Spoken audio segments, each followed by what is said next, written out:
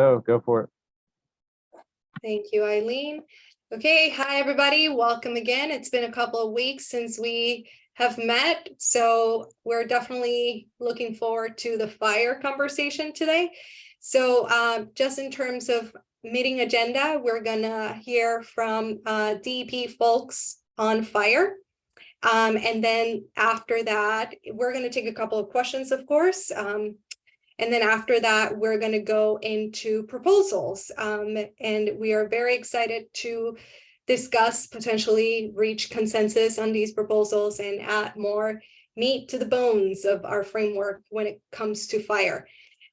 So today we have Gregory McLaughlin, who is the State Forest Fire Warden and Chief of the Forest Fire Service, who's going to be giving us a great presentation, sort of the lay of the land of all things fire in the state, prescribed burns, wildfire, etc. And we're going to have John Cecil, Assistant Commissioner of State Parks, Forests, and Historic Sites for the New Jersey DEP, to accompany him and to support him with any questions. So Greg, whenever you are ready, you can share your screen for your presentation.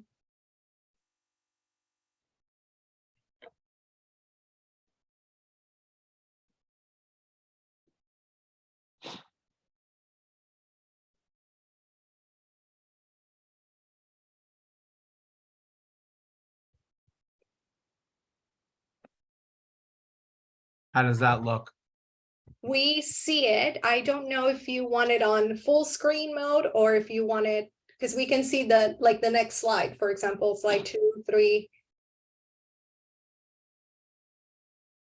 Yep, that's perfect.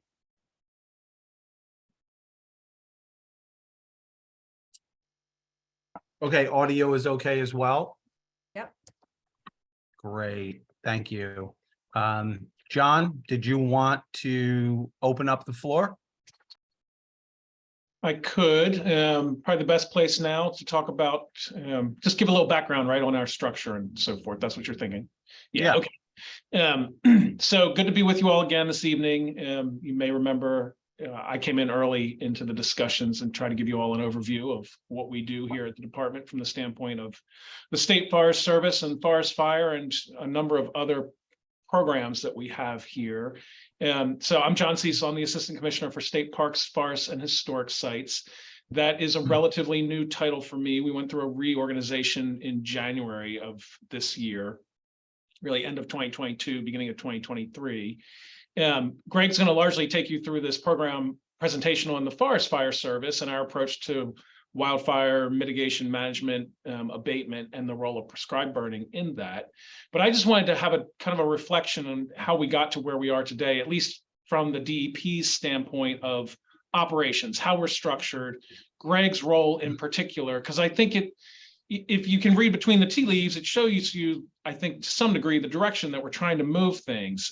I was hired in April of 2021 as the Director of Parks and Forestry. And at that time, the Forest Fire Service sat outside of the Director of Parks and Forestry's purview.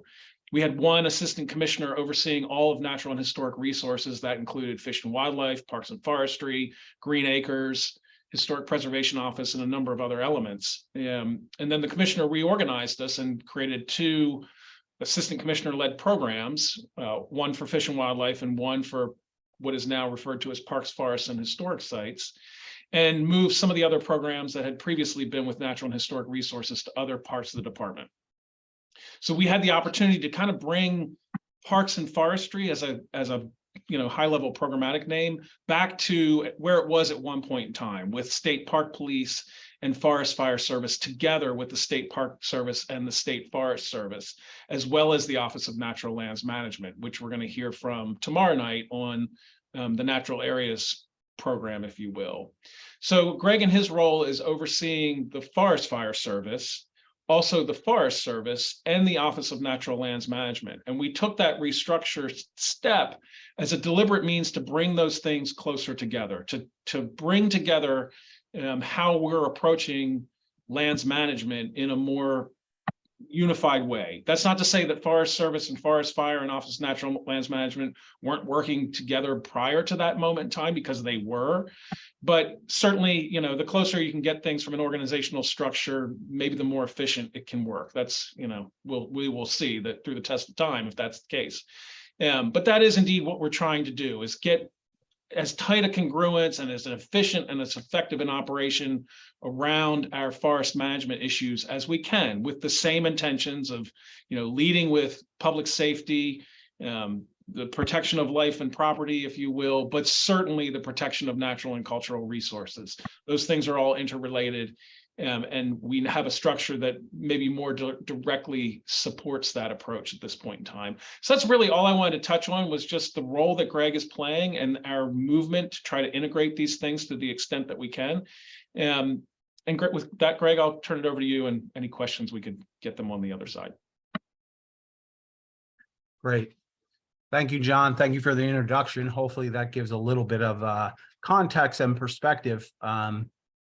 I hadn't thought about this originally when I put together this presentation, but perhaps now listening to John, it's a little bit appropriate to just provide some background on myself for everyone who's listening, to understand a little bit about my experience and where I come from. I graduated from Rutgers University with a natural resources management degree, specialization in forestry.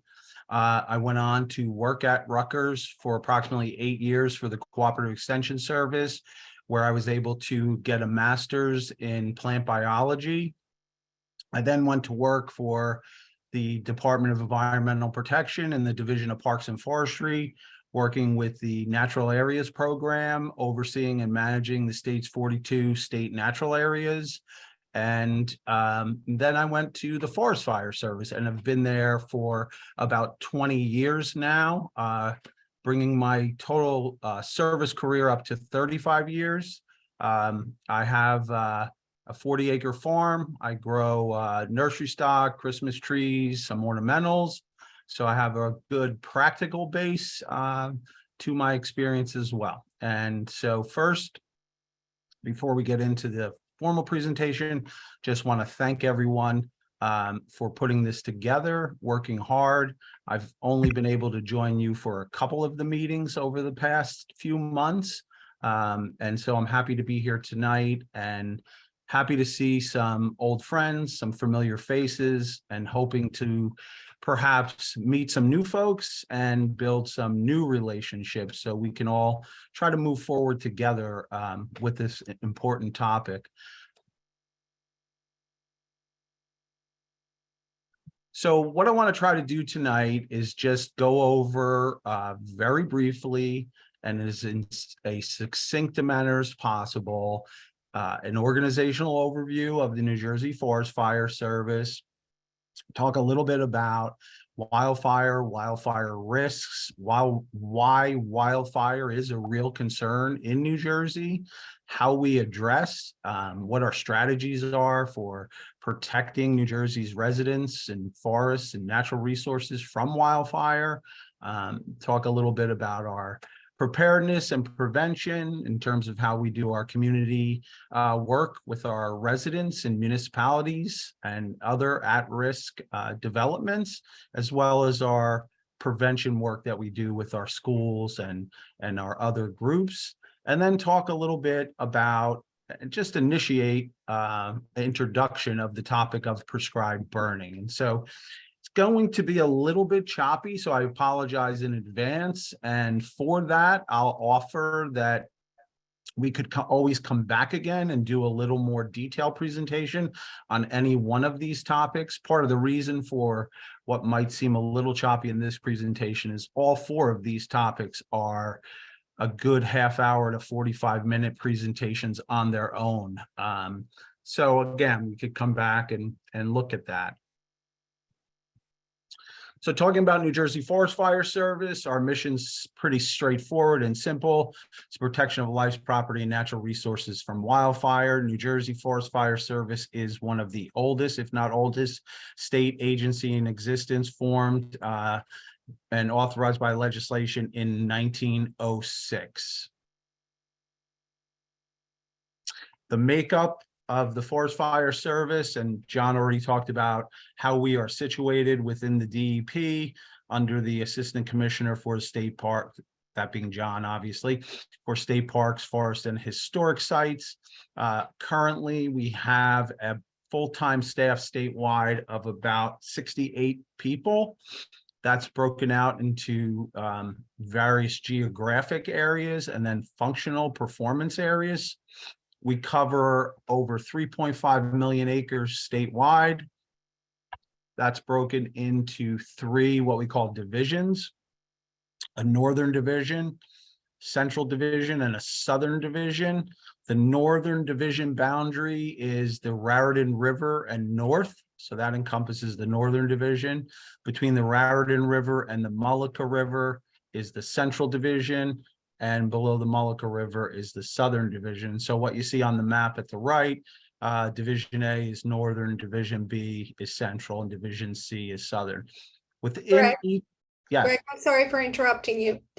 Can you please close it? There's like a pop-up that says, welcome, see live feedback as you reshare. It's sort of blocking the map. I don't know if you can close that. Maybe not. I guess not. You No, might need to pop out of the presentation mode to do that. Yeah. And then go back in. Yeah. Well, I guess you can play it by ear, and then maybe if it blocks something important, then you can exit and then come back at your discretion. okay. I'm a little nervous to go out and try to come back in again, but But just take it, if you just take it out of presentation mode, the PowerPoint. yeah, I've got something else blocking over here as well. What's a right click option give you? Anything there? Nothing. All right, then. I'm out of suggestions. Is it really blocking it? It just It's covers just- up the map. Yeah. Southeastern part of the map, but I guess you can describe. Oh, click on end show. Where are you at? Oh, I don't know. I just saw like a right click.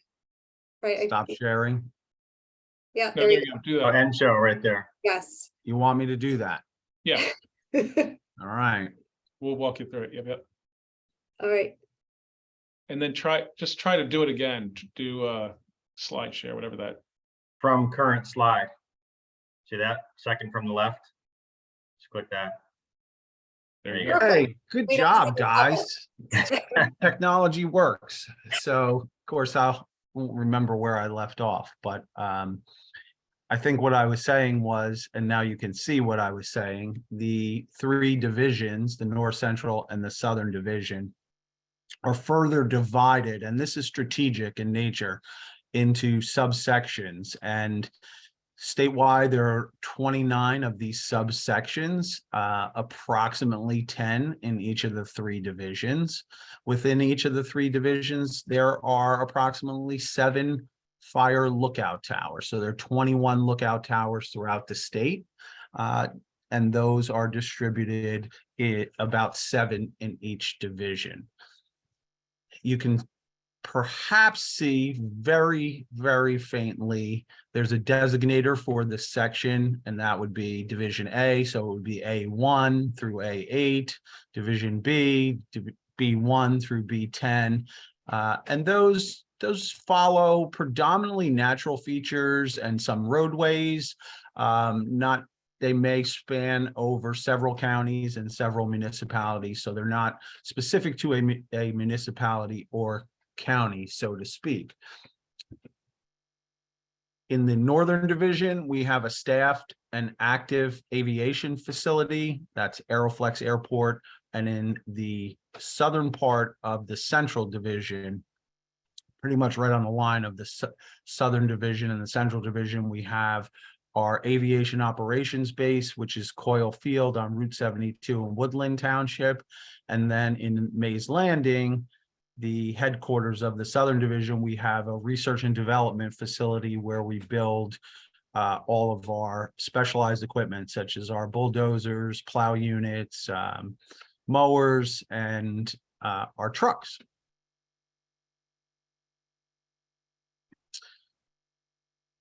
So one of the things that when we talk about wildfire in New Jersey that we have to talk about, and it was something that was being blocked by the map earlier, so I'm glad we got that cleared up. And you see that green area in the southeastern part of the state that I think most people are familiar with, represents about 1 million acres, a little more than 1 million acres,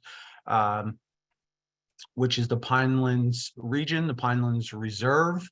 That is some of the most volatile fuel type in the country. And when you talk about wildfire and why that's important, because New Jersey is the most developed state in the nation, take that into consideration with the fact that 40% of the state is forested, and we see about almost half of our residents living in what we call the wildland urban interface, or WUI. And for those of you who are not familiar, that's the area where homes and natural areas or forests meet, intermingle, or mix together. We consider that 99% of fires are started by people, and that wildland urban interface includes 30% of our population. We have the ingredients now: volatile fuels, a large population, at-risk communities, things we value that we want to protect, and knowing that most fires are started by people, accidentally a lot, some intentionally as well. So we have to be really aware of what we have here in New Jersey and what the risk is and what the problem is. And if I were able to expand this slide or this picture, I'm sorry, to make it a little bit larger, this is Roosevelt City, 1995. This area burned 20,000 acres to the southeast, if you will, if that picture was oriented to the north-south axis. It was private property. It was very difficult for us to get access to this private property to do fuels mitigation work, such as prescribed burning. In the last few years, this property was acquired by Ocean County Natural Lands Trust. And so the faint zigzag line that you see close to the homes is a fuel break mowing project that we worked with Ocean County to complete, which now allows us to have a safe stronghold to conduct our prescribed burning operations from in a southerly and southeast direction, and provide protection so we don't have to those residents, so we don't see another 1995 catastrophe in that area.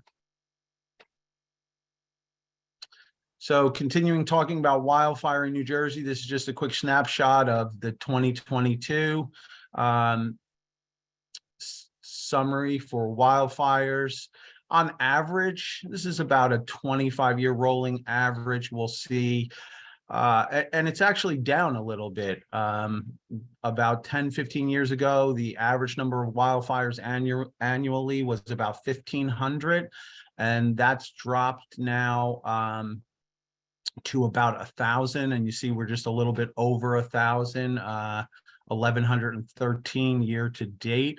We are the primary response agency with the full authorization of the law to respond to all wildland fires, all vegetation fires. Essentially anything non-structural, structural, or off the road is our jurisdiction, and we have full authority for that. We do respond to other incidents. You'll see that is 580 there. So that's what the distinction between those two numbers is. Those other incidents can be false alarms, smoke investigations, agriculture burning permits, illegal campfires, car fires that catch the woods on fire, multitude of different incidents. And far right corner facing the screen, 15,510 acres burned year to date. And then, of course, the subline number 2, you can see how the incidents or fires and acres are distributed across the 3 regions of the state. Divisions, sorry. Important thing to note, if you can see it, and I hope you can, fire season in New Jersey, unbeknownst to a lot of people, peaks in April and May. We are seeing a little bit of a trend now that's starting earlier in about mid-March, and continuing a little bit later, especially this year when it was dry, towards June. That's what that yellow graph in the bottom right is showing. If we have a drought or drought conditions in the summer, we'll see a peak in activity again in the summer, and then we see a slight peak in the fall in terms of fire activity, but April is the historical peak season. And we can get into why if that's necessary with the questions later. Just wanted to show here and make a distinction for folks as well, that we consider a major, in quotes, wildfire, fire that reaches over 100 or over acres in size. We do try to keep most of our fires small. I'll bring that into the conversation in a minute. So this is just giving you a look at 1924 to present, where we've seen major wildfires occurring. That's the map on the right. So shifting a little bit from wildfires, wildfire history, wildfire occurrence, risk, and those types of things into strategy and what the agency does and how the agency does it. It's pretty simple, but it is an intricate web of interconnected things that happen, and things that happen in a coordinated way and very quickly. And the basis of these things that I'm referring to that happen have one thing in common, and that is quick detection and very rapid response. And so our first line of defense are those 21 fire towers that I talked about. When the weather conditions are appropriate for fire starts and fire spread, and we monitor the weather daily, those towers are staffed with a full-time fire observer, and they're in communication with each other, ground forces, aerial forces, and as soon as they're aware of or seeing any type of smoke, then they can dispatch resources and help pinpoint through a process of triangulation from one tower to another, so we can get to that fire quickly and hopefully suppress it and get it out in time.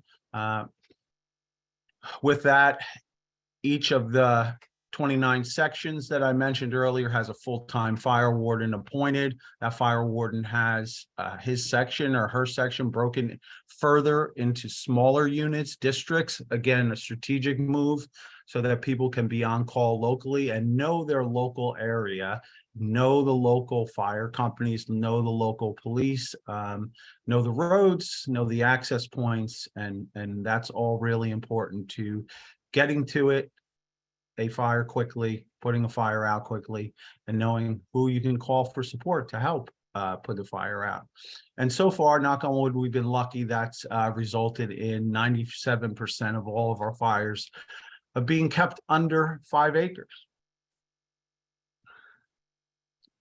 I'll give you a second just to take a look at the equipment. That's a Type 6 wildland engine, which is basically a 450, 550, 350, 450 cabin chassis that we purchase, and then we modify and retrofit in our R&D shop down in Mays Landing, which is the top picture.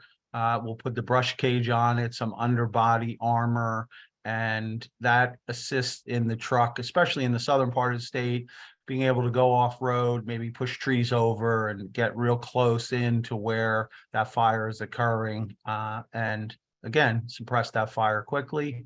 We do have 9 aviation assets. We have 6 helicopters, and we have 3 fixed-wing planes.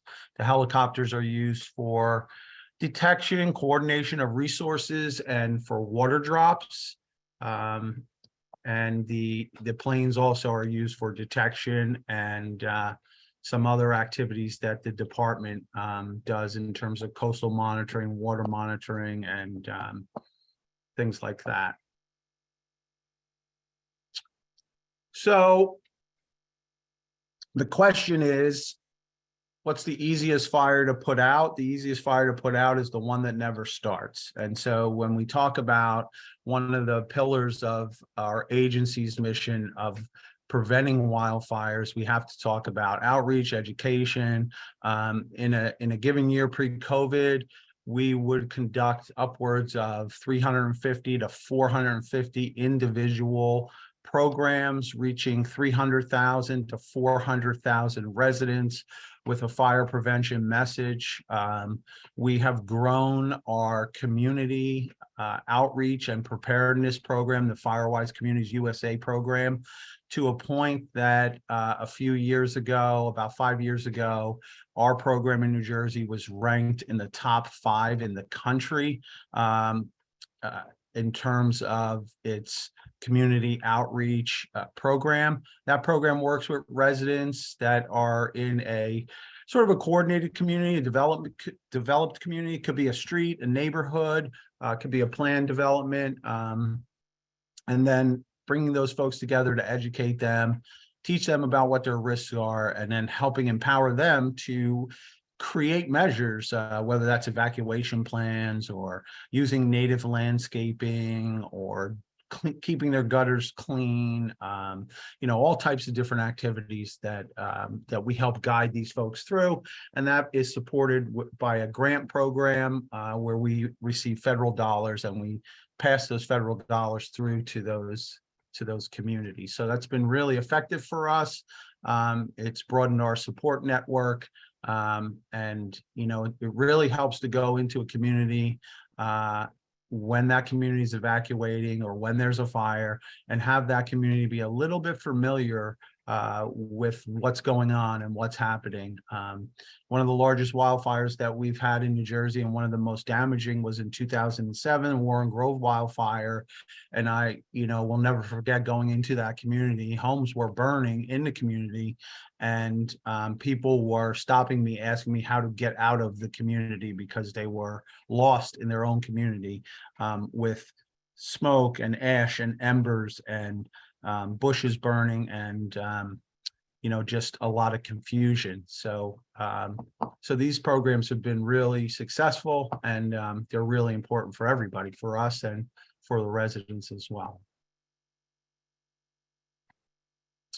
So shifting gears a little bit into the third and to the last part of what I wanted to talk about today, and this is a segue in from prevention topic, because prescribed fire is our best, most efficient, safest, and cost-effective tool for preventing wildfires. Prescribed burning is a technique we use in a very planned, very controlled manner. You have to be at a level of training and proficiency to conduct the prescribed burning.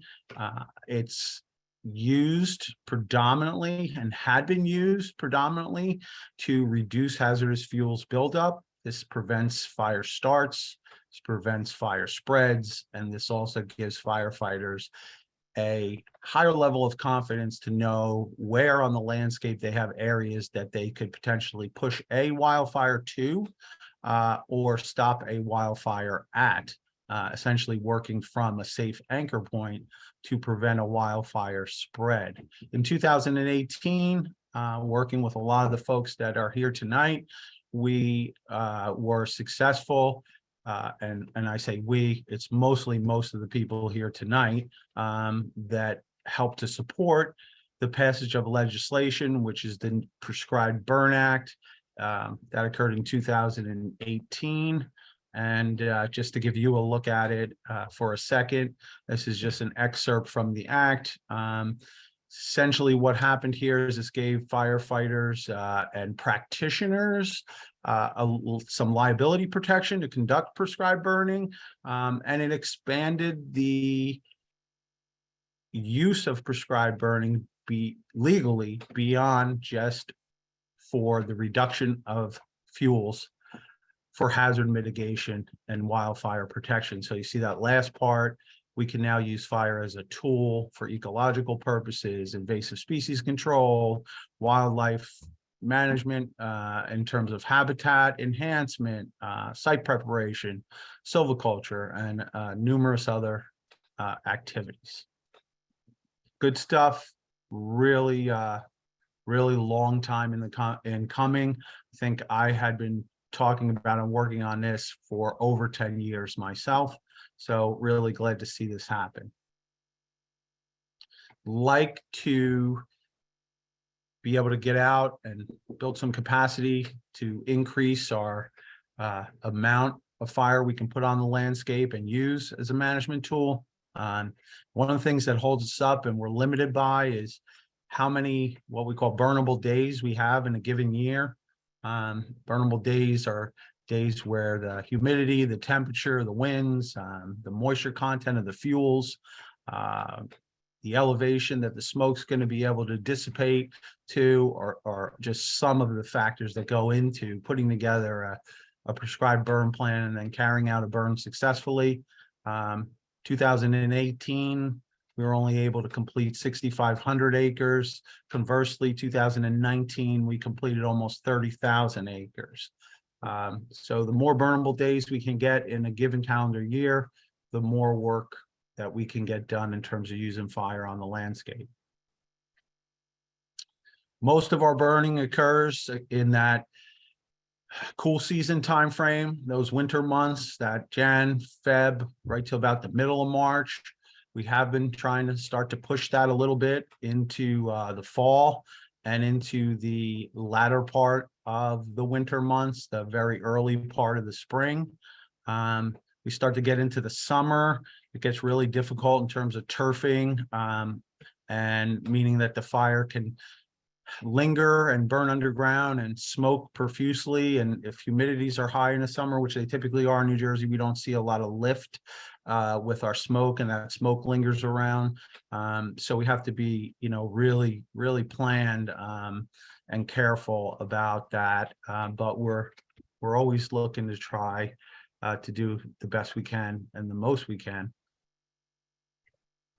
We like to try to work with a lot of our partners, so we do try to spread the prescribed burning around that we can assist and we can support.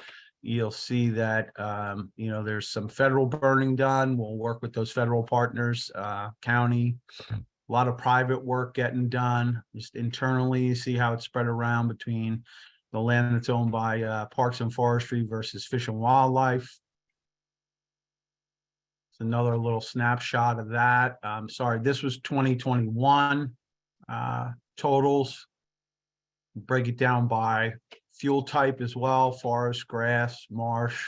And then we break it down by this is 2022, so we're going to be a little off, it looks like, for this year, since the year is winding down. Typically we're striving to complete 20 to 25,000 acres annually, and so hopefully we'll get the windows of opportunity with the burnable days and the weather.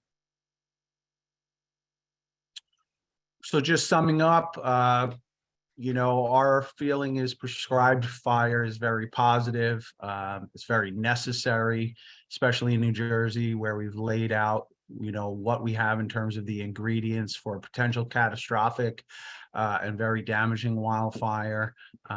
We have the ability, and we know how we can prevent that from happening by using this safe and effective tool to reduce wildfire risk. And hopefully we have an opportunity to use this fire as a tool also to start doing some other types of things, such as habitat management. One way we're looking to do that is to continue to work with you folks, our partners, but we've also been working a lot with the U.S. Forest Service Northern Research Station, which is based out of Silas Little Experimental Forest. That is part of the Brendan Burns State Forest in New Lisbon, New Jersey. And so we meet with them annually. We develop a work plan. They direct a lot of their research towards what they think and we think may help us to understand fire behavior, fuel modeling, just how fire works. And we've worked with them to look at fire spread from vegetation to structures. We've looked at ember travel. They have a study they just completed on prescribed burning effects on tick populations. So it's been really good, and it's what we look to in terms of the future to try to really bring some scientific support to what we're doing and what we want to do, so we can do it better, we can do it correctly, and we can do more of it. And so with that, I'd just like to thank everyone for listening, taking time out of your evening, and I look forward to potentially working with some of you again and building off of the relationships that we already have with a lot of you and creating some new relationships as well. So thank you. Thank you, Greg, so much for the great presentation. John, do you want to say anything before we go into the questions? I don't think so, but thank you. Okay, sounds good. So you can raise your hand if you have a question. I've gotten myself a few questions in the chat, and I'm sure, Ali, you've also gotten some questions, but I am biased and I'm going to start with my own question.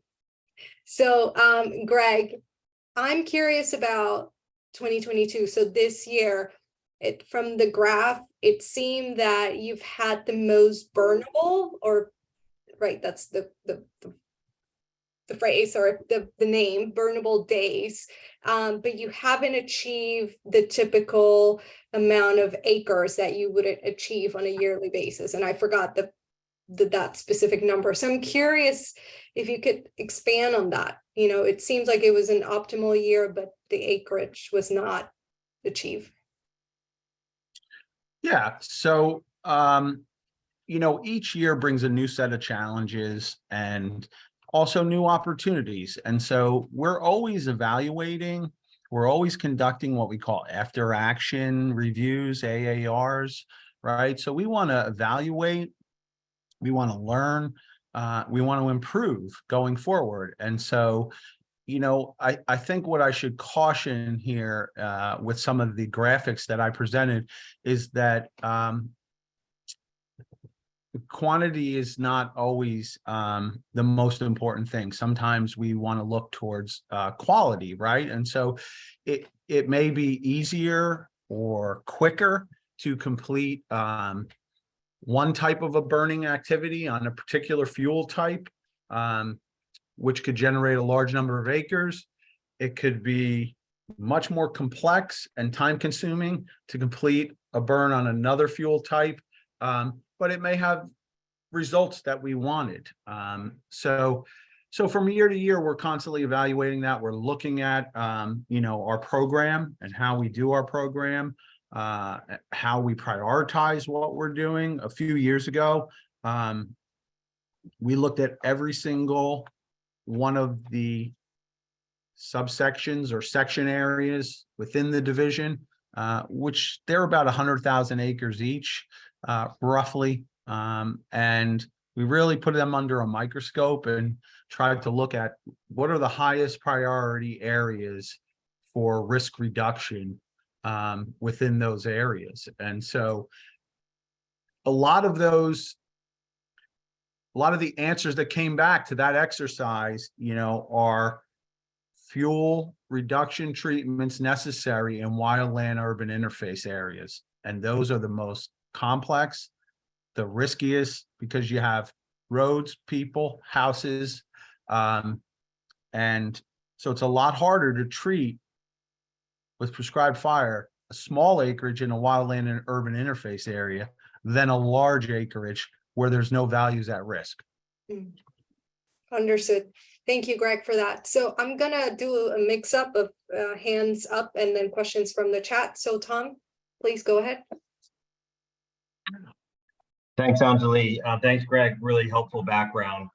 I guess the question on my mind, and it was a question on a lot of people's minds, and this is something we actually heard from Senator Smith, and I know it's come up in the task force, and that's climate change. So how are you thinking about or changing the way you think about and approach fire management in light of climate change? Of course, everyone is seeing the horrific wildfires out west, and are you, I mean, do you see an increased risk of catastrophic wildfire in New Jersey in light of just really extreme weather conditions? And how are you changing, if you are changing, kind of the agency's approach to fire management in light of climate change and those risks?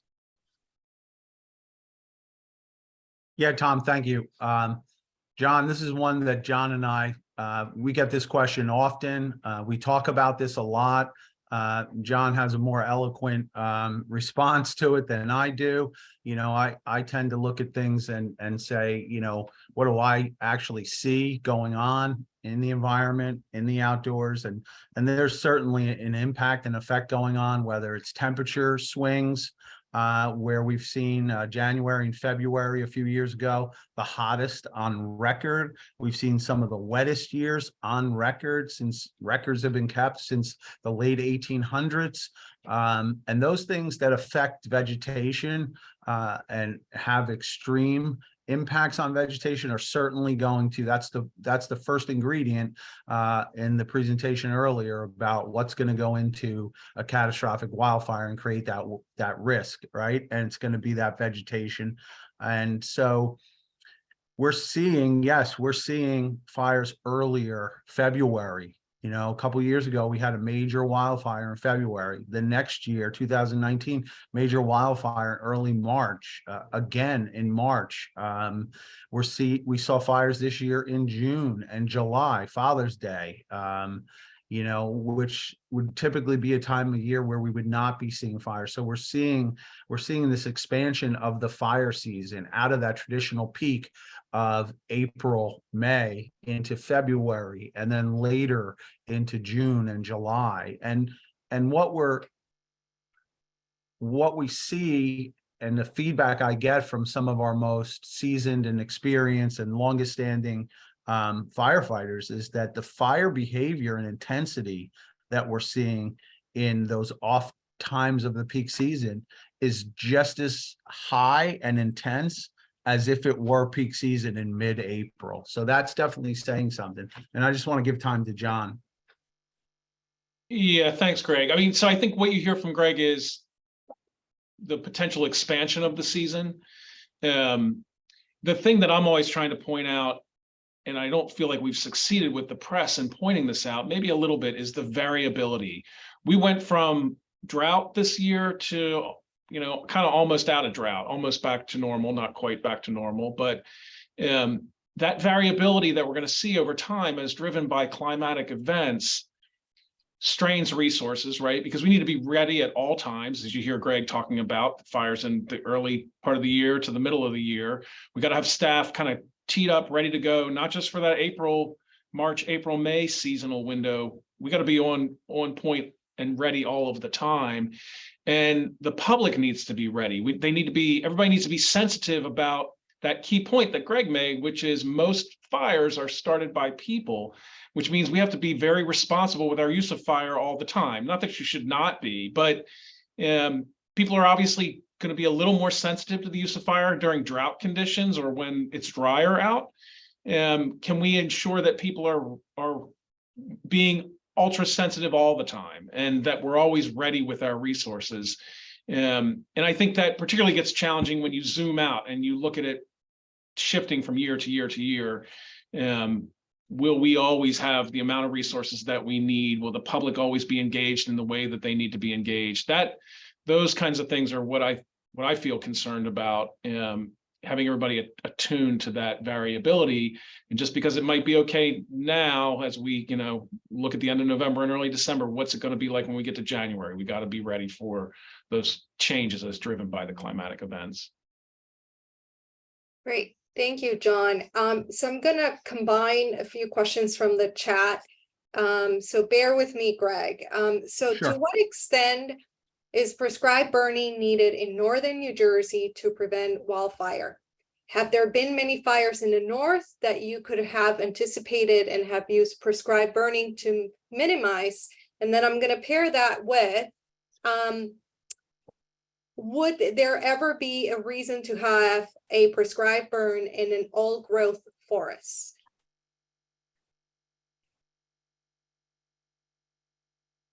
Okay, so we're not necessarily saying that the northern part of the state, and I assume in the question, when we're talking about the northern part of the state, I'm going to refer to our northern division as I defined it earlier. So my answer to the question is, well, yes, if we any reduction in fuels is going to prevent fire starting, fire spreading, fire growing, fire becoming larger, and then fire ultimately, having an impact, whether that impact is an accident from smoke, whether that's damage to buildings. And there is a risk in the northern part of the state, and we see it often. We see a little bit higher density of structures compared to, let's say, the core Pinelands region. So the fuels themselves are there. They may not be classified and considered as volatile, as flammable as, say, your pine fuels, but one of the factors that adds complexity to the northern part of the state in terms of fire is that, well, there's several things, and I think it goes unnoticed and underappreciated. Takes a really long time to get anywhere in the northern part of the state, and so that really cuts our response time that I talked about. It really burdens and encumbers that quick response.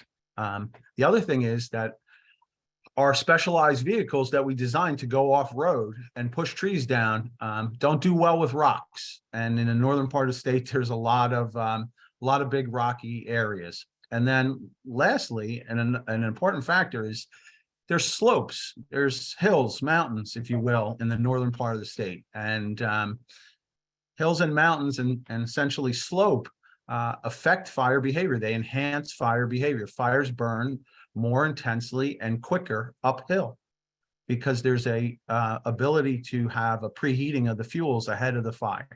So there's a lot of factors there that come into play. And the last question about the old growth, I'm not sure I understand the question or even feel really well versed in answering it to the benefit of the audience. Okay. Could you repeat it again and maybe? I will. So would there ever be a reason to have a prescribed burn in an old growth forest? Well, I think with all of sort of this topic and a lot of the discussion that I think that you all have been having, fire is one tool that can be used to help us people achieve some type of objective that we're looking for. And so if it was felt that it was necessary for whatever the objective was, in this case, I'll use an example. Let's say that the old growth forest, the desire and management goal was to perpetuate that. And there was concern that there was not native regeneration and there was invasive species, then certainly we could use the tool of prescribed burning to try to reduce the invasive species and encourage native species regeneration with the goal of perpetuating and sustaining any type of forest, particularly an old growth forest. Understood. Thank you. Okay, Mary Ellen Shaw, you are next. You can unmute yourself. Okay, can you hear me? Yes. Yeah. Good. I have a few things covering a bunch of different areas, so pardon me, this might be a little long. Isn't there a special machine or device that does the triangulation for locating forest fires? I think I was reading somewhere that we maybe only had one in the state and more could be used. Are you familiar with this? It'd be used, I guess, in the fire towers or something? If the name comes to me, I don't have my notes on that. So there is a device in the fire towers. It's not an automatic device, or if that's what you're referring to, there's a device called an Osborne Firefinder. The device that we use is called an Alidade, which is essentially a sighting device with a compass bearing embedded into it. And the fire observer would take a reading. A fire observer in another tower would take a reading, and they would cross those two readings at some point at a distance. And that in effect forms your triangulation to pinpoint. Perhaps what I'm going to lead into, you may have been referring to camera systems, perhaps?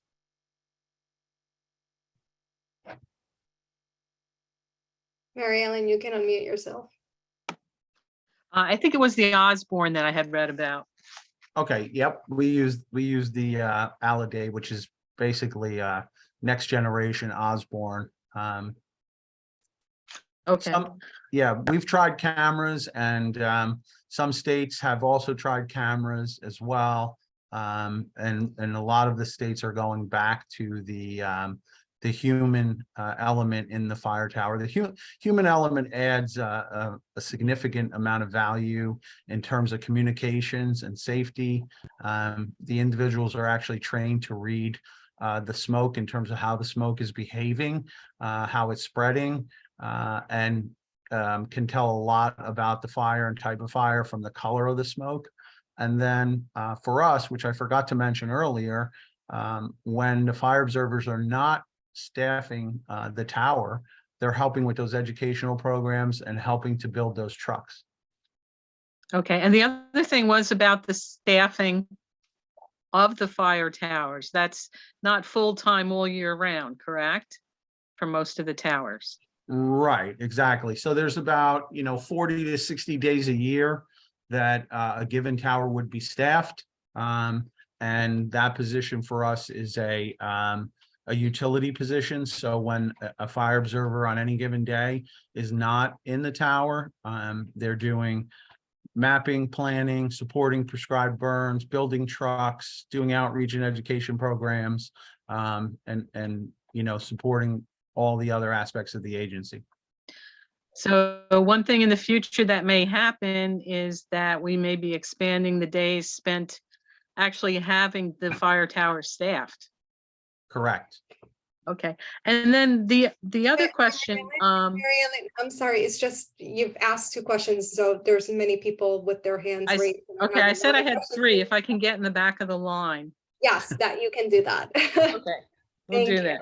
All right, Emil, you're next, because I know you had a question in the chat, so might as well let you ask it. You can unmute yourself. Hi, Greg. I just wanted to ask you to comment on the very hot prescribed burn that your staff was able to accomplish in the Pine Barrens at the Franklin Parker Reserve a few years ago. And I know we thought it was really helpful and, had a lot of good habitat outcomes. I'm just curious in terms of, was it easier to do? Was it harder to do? Is it the kind of thing that you'd like to do more of if the system is set up to, let a hotter fire occur? I've got some noise in the background here. I'm going to mute myself. Okay, so I don't know how familiar folks are with what Emil is referencing. Yeah, hi Emil, thanks for bringing that up.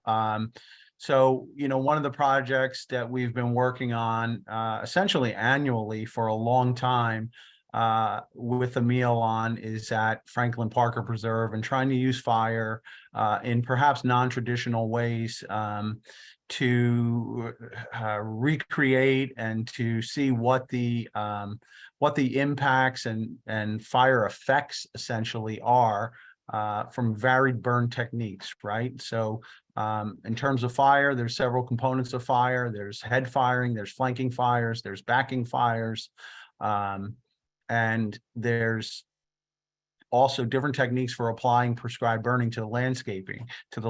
There's strip firing, spot firing. We can use aerial ignition. We can use our helicopter to drop fire. So we can control the intensity, duration, direction, and spread of fire on the landscape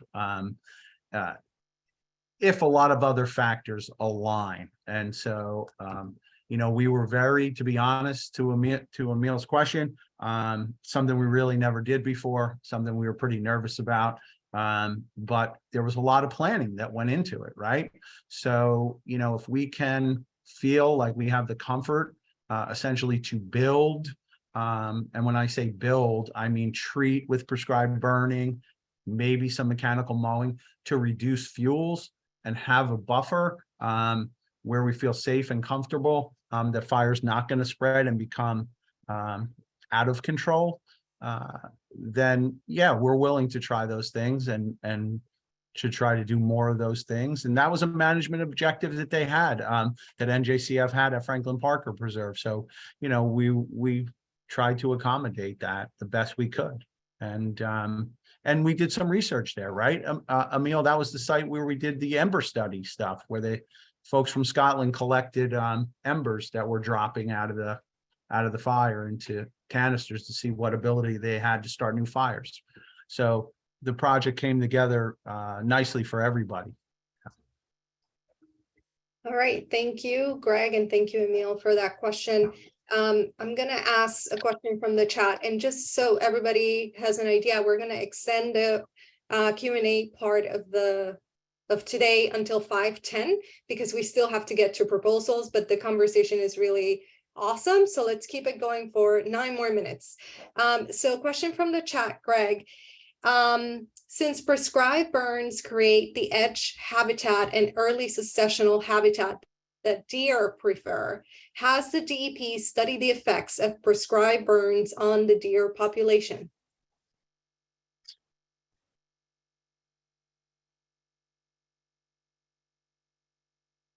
I'm going to toss that one to John. Fair enough. I think that, with the question, there's a bit of an assumption at the outset of that, right? That prescribed burning is creating optimal habitat for white-tailed deer, and in this case, characterized as early successional habitat. Certainly, prescribed burning can create new plant growth, some regeneration. Is it creating edges per se, which I think, is one of the key things that deer are gravitating to? Would depend. It would depend on the circumstances in which prescribed burning is being used within. So there may be some instances where prescribed burning is enhancing habitat for species that like early successional vegetation, whether that's white-tailed deer or turkeys or other birds and plants and animals. And then there are other circumstances where it may just not optimize those conditions for those species. So that's to me is one of those, it kind of depends on the circumstances answers. Okay, thank you, John. Douglas, you're next. You can unmute yourself. Hi, I guess am I unmuted now? Yes. We can hear you. Okay. I saw the presentation the Forest Service did, not this year, but the year before at Duke, and it was excellent. They talked about using fire in the landscape in a number of ways. And one of the things they started to talk about was the difference between the northern forests and the southern forests. There's a long history of really good results in the pine barrens. The northern forests, some of the studies they talked about weren't quite as positive as they would have hoped for with invasive species, with some invasive species sort of increasing after burns.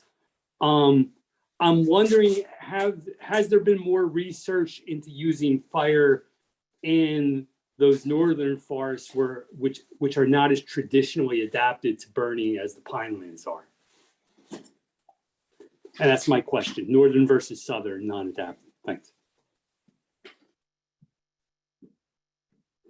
John, you want to jump in, or you want me to? Go for it if you want.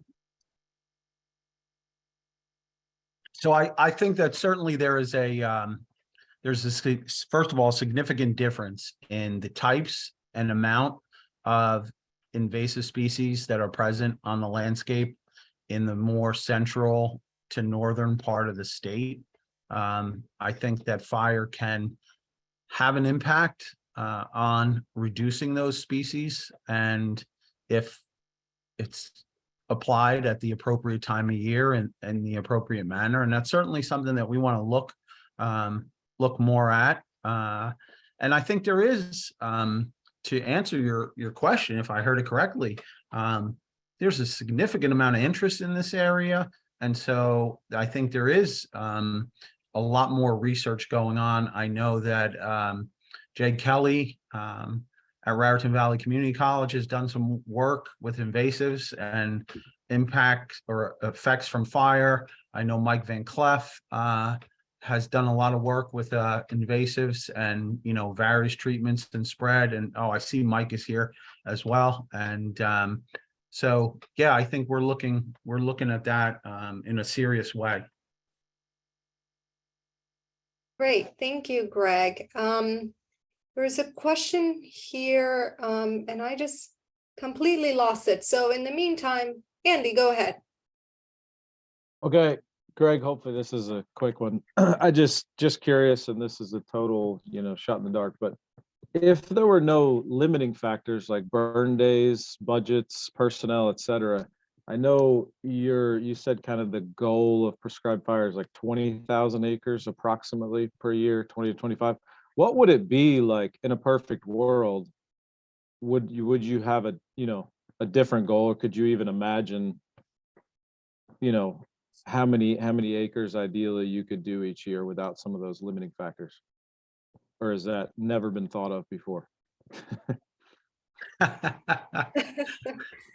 Well, so it's always something you want to think about, right? And that was part of the exercise that we did to at least look at everything from top to bottom and in between across the state to see, at least from a hazard reduction standpoint, what would that number be? And we did essentially map things out for a 10-year period, and it came out to just about right on the money, 300,000 acres. So doing some simple math, that's 30,000 acres a year, right? But that's just targeting fuel reduction for wildfire risk, right? So I would venture to say that if it was no holds barred and we had the staffing and the money and we had limited restrictions,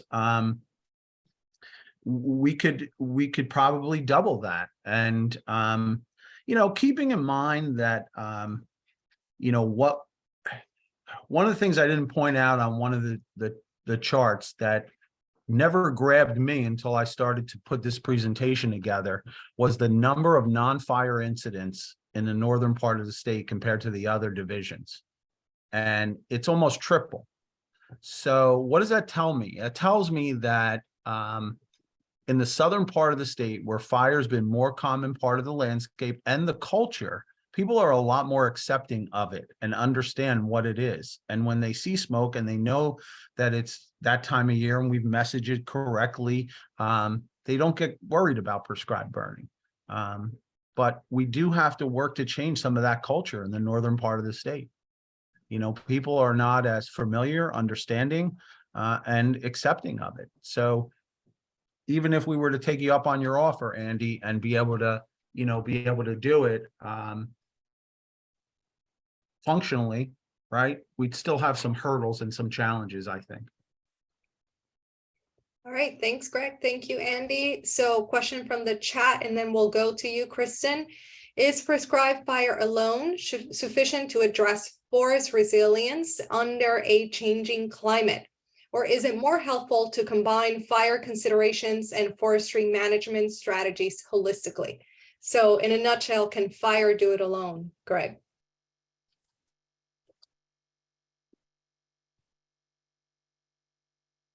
Definitely a topic we could spend a lot of time on, and we don't have a lot of time. So I'm going to go with my gut and pretty much say no. Fire is a management tool within the realm of silviculture and forest management as a whole. And I really believe that, given some of the limitations on fire, when we can use fire, where we can use fire, and how that fire is going to affect and fit into achieving the overall landscape goal, right? Our management goal, it's going to be more effective. And we have to work hand in hand with our forestry program, our consulting foresters, municipal foresters, all of our land managers, really, to come together to figure out how we can meet these objectives, in a coordinated way. And there is no one tool that's the perfect tool to do that. Understood. Thank you. Greg, Kristen, you're next. You can unmute yourself. Thank you. So recognizing that this is relatively nuanced and that that this is one of those it depends questions, but do you overall see a major difference between, say, wildfire intensity and wildfire behavior in managed lands versus unmanaged lands? And unmanaged forests versus managed forests in general?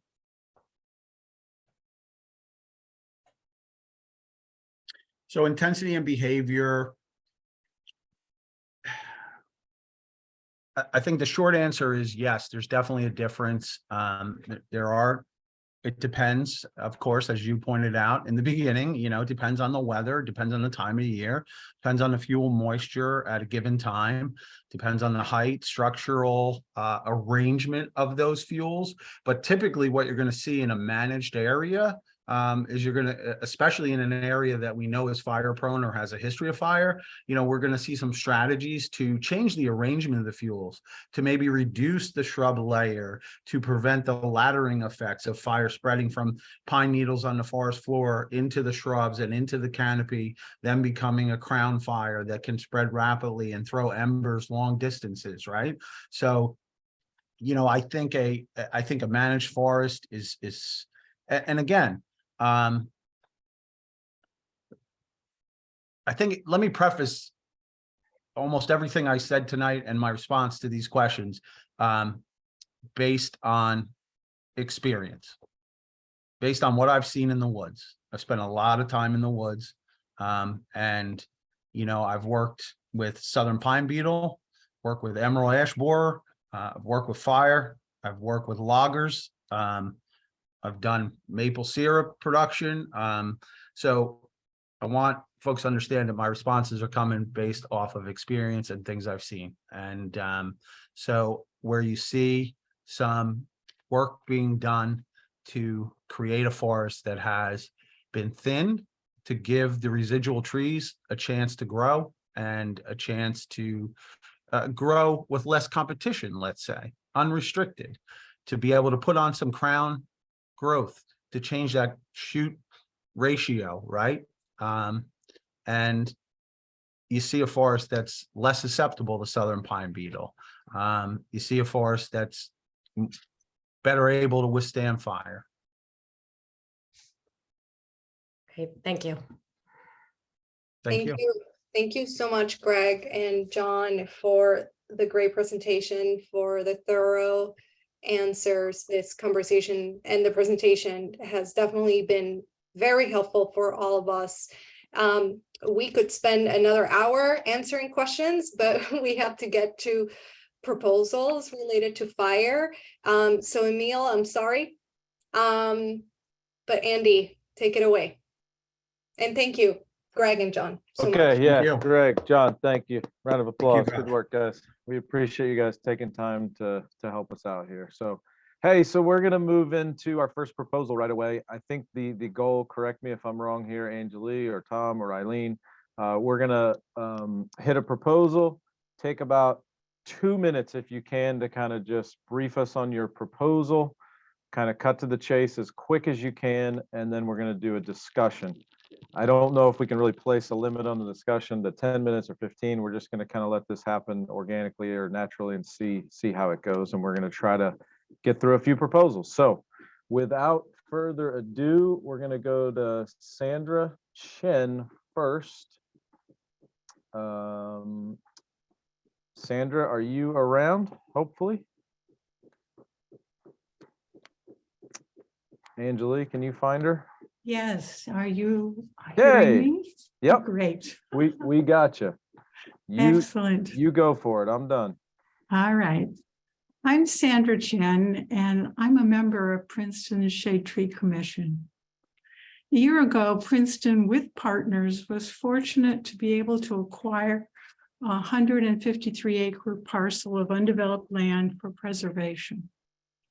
I mention this because it's an example where it would be advantageous for our municipality to be able to utilize prescribed burning to be able to help restore the ecosystem of this parcel.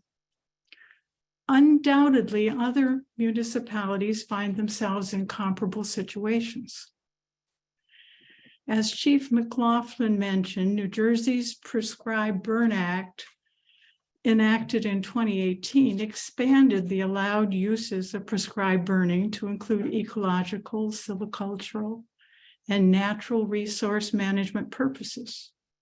However, neither in that act nor otherwise, to my knowledge, has there been any initiative to expand the number of persons qualified to plan and oversee prescribed burns. Only about 15 days, and we've heard this varies, per year satisfy the conditions for prescribed burning. The number of burns that can be carried out is limited by the number of people qualified and available to oversee prescribed burns.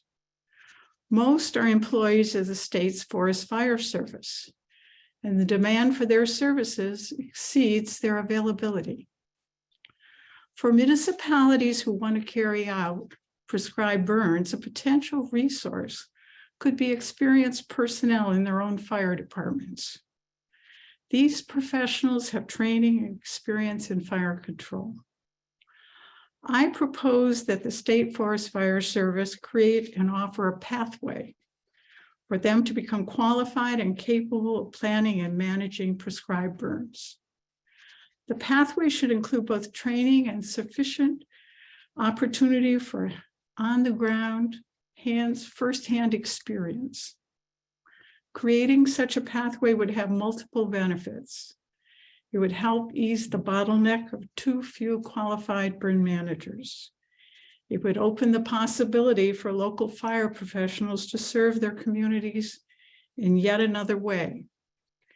And it would make the tool of prescribed burning more accessible, more feasible for local land managers to employ as they pursue ecological management. Thank you.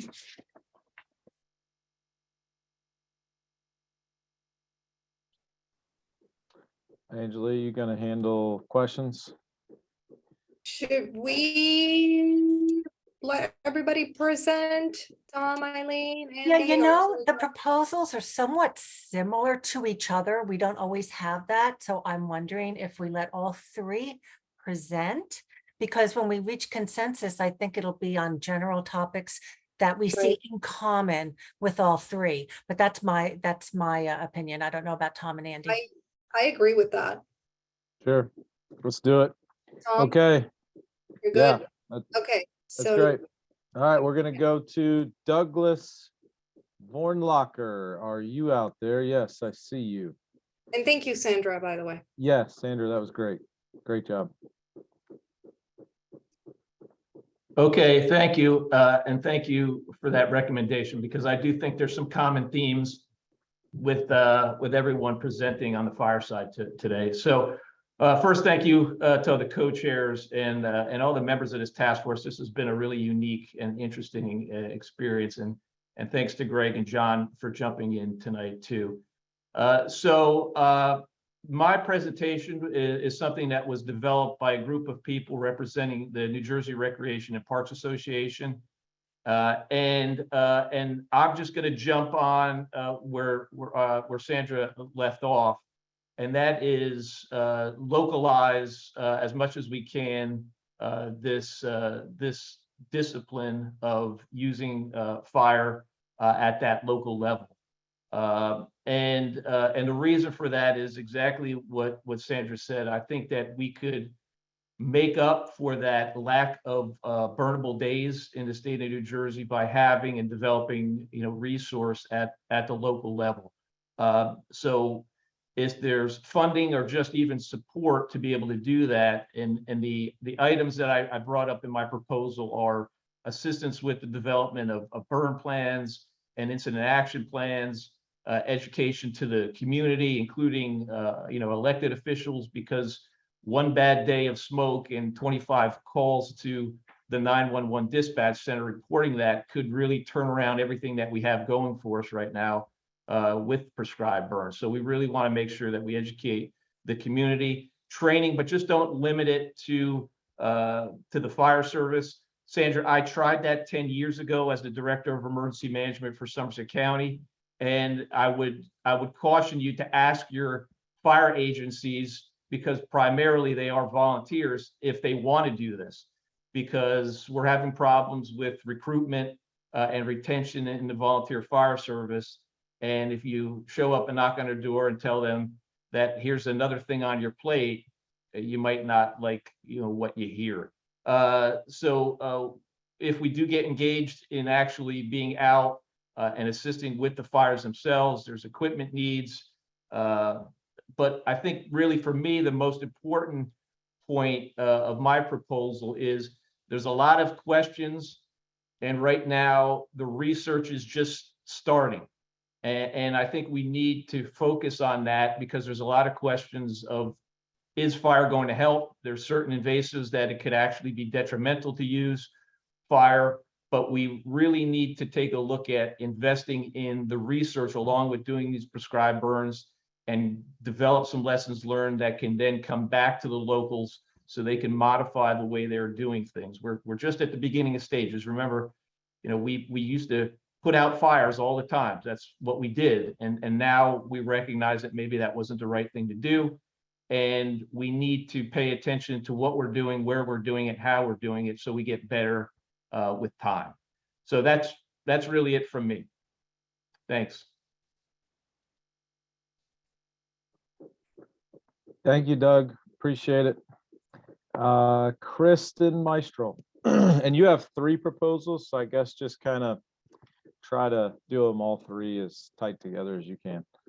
Yeah. So I have 3 proposals. The first is really just, well, first of all, my name is Kristen Maestro. I'm the Vice President of Stewardship with New Jersey Audubon. And these proposals were put together by several of my colleagues and myself. The first proposal is really just laying out the need for prescribed fire across the state. So looking at prescribed fire as a tool to reach both ecological goals and public safety goals.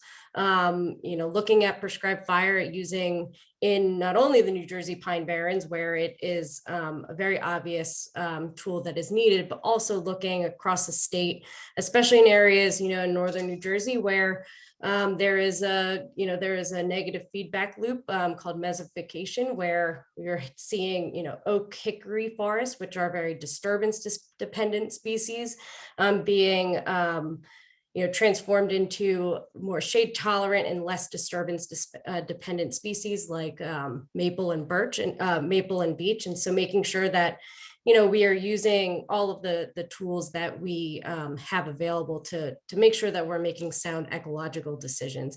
And as Greg mentioned, that there is still a need of protecting life and property in terms of fire safety across the entire part of the state. So really the first proposal is just to lay all of that out and talk about the need for prescribed fire. And then the 2 following proposals really lay out 2 potential pathways for increasing capacity to increase the number of acres that we're seeing through prescribed fires. So the first is through DEP staff. That is to one, to potentially look at restructuring or reorganizing those section-specific warden assignments. So recognizing that that's an incredibly important structure and hierarchy, but trying to create pathways so that there can be a little bit more fluidity between the different sections and the section wardens. So, that could be where, there's additional need in a different section that, that those pathways are available and can easily be transferred. The other is to potentially create a mobile section. So you have a crew that is mobilized across the state and really goes to different parts of the state that have the highest need at that time, right? So we have very limited burnable days, but there is going to be varying differences between different parts of the state at different parts of the time. So having a mobilized crew that can address some of those capacity issues. Really look at cross-training staff from both the New Jersey Forest Service and the New Jersey Forest Fire Service, making sure that, not only are we looking at fire suppression, but also looking at prescribed fire as a silviculture and management tool, and making sure that multiple different areas within the DEP are trained on those various techniques.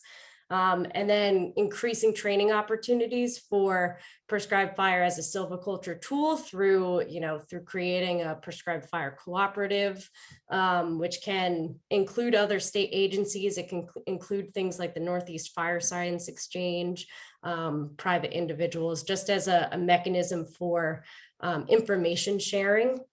And then the final proposal is really focused on the non-DEP staff, and that is potentially creating a prescribed fire training center. That could also be a section where that mobilized crew, the mobile crew, could be coordinated through.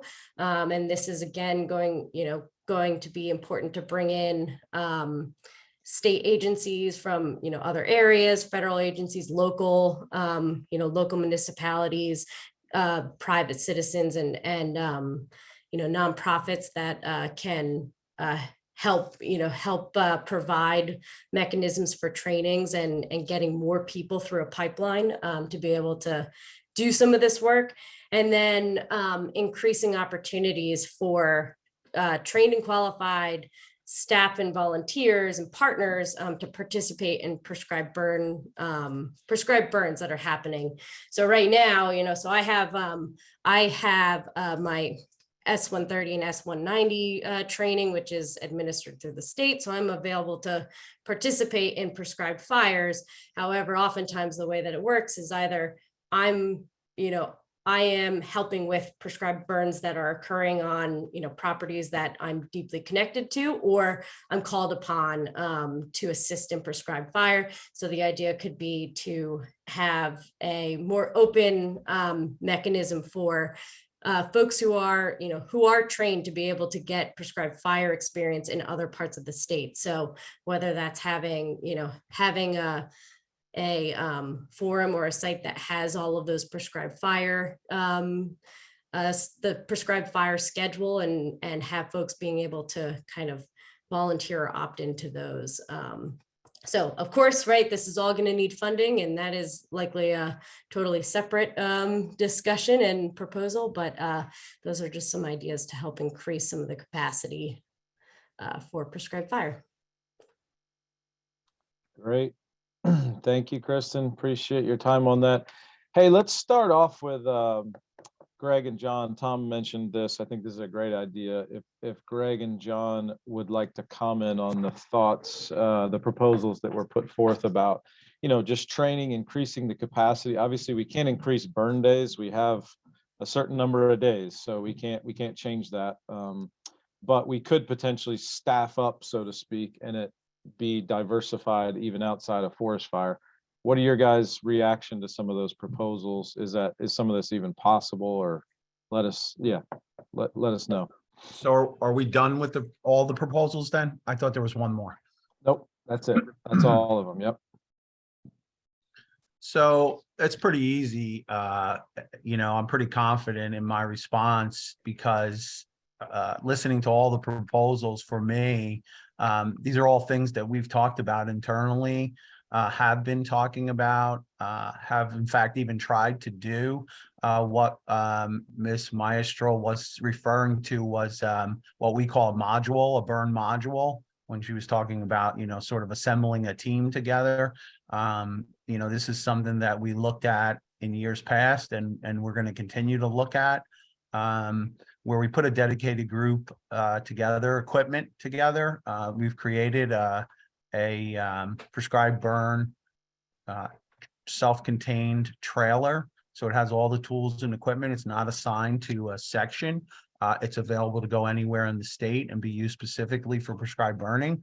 And then the next step would be to assemble, a module that wouldn't be tied to a specific section and that could go and support burns either on state land or private land in different places around the state.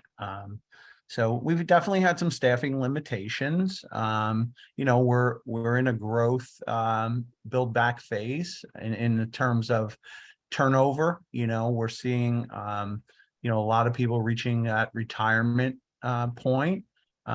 So I'm hopeful and optimistic that as we go forward, and I'd like to perhaps continue some of these discussions with the folks that brought the proposals together. Sandra and I used to work together. We've known each other for a long time. We've actually gone out and met with some of the folks in Princeton Township, some of the fire officials. So it was really great because, Doug brought up a really good point, right? We brought the fire officials in Princeton Township in to talk about prescribed burning and doing some work. And I met with the golf course manager, Matt Castagna at Jasna Polana, because they want to do some burning at the golf course. And, but there is a whole capacity thing there too, right? We can't just go into Princeton Township and not have the support from the local fire officials. And we can't also dictate and add something else onto their plate, as Doug mentioned. So, so this is great conversation, in my opinion. I'm really excited about what I see as potential opportunities to, work with Sandra, because, Princeton's local. So, to me, it's easy and it's necessary. It's a lot of very diverse quality woods in Princeton. And we all know some of the issues going on there in terms of management, whether it's deer or invasives. So opportunity.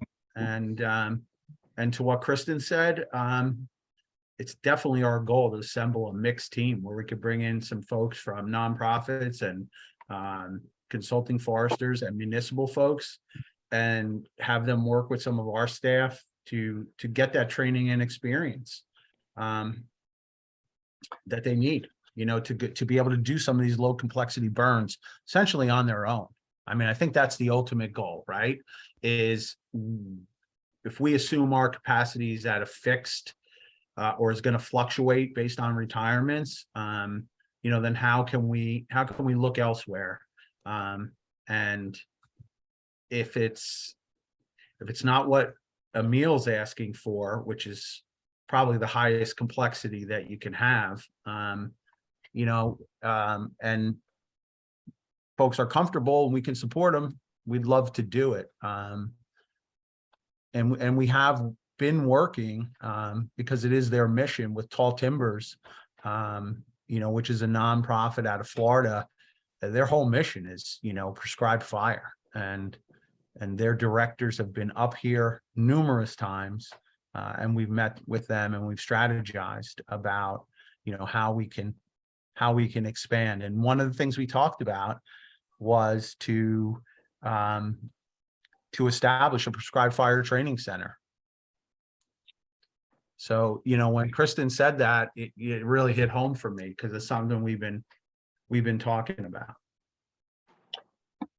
Can I just ask a follow-up question there, Greg? So it sounds like the limitation to doing more of those things really is capacity. Like there aren't any legal or regulatory barriers that that prohibit these other parties from doing prescribed burns.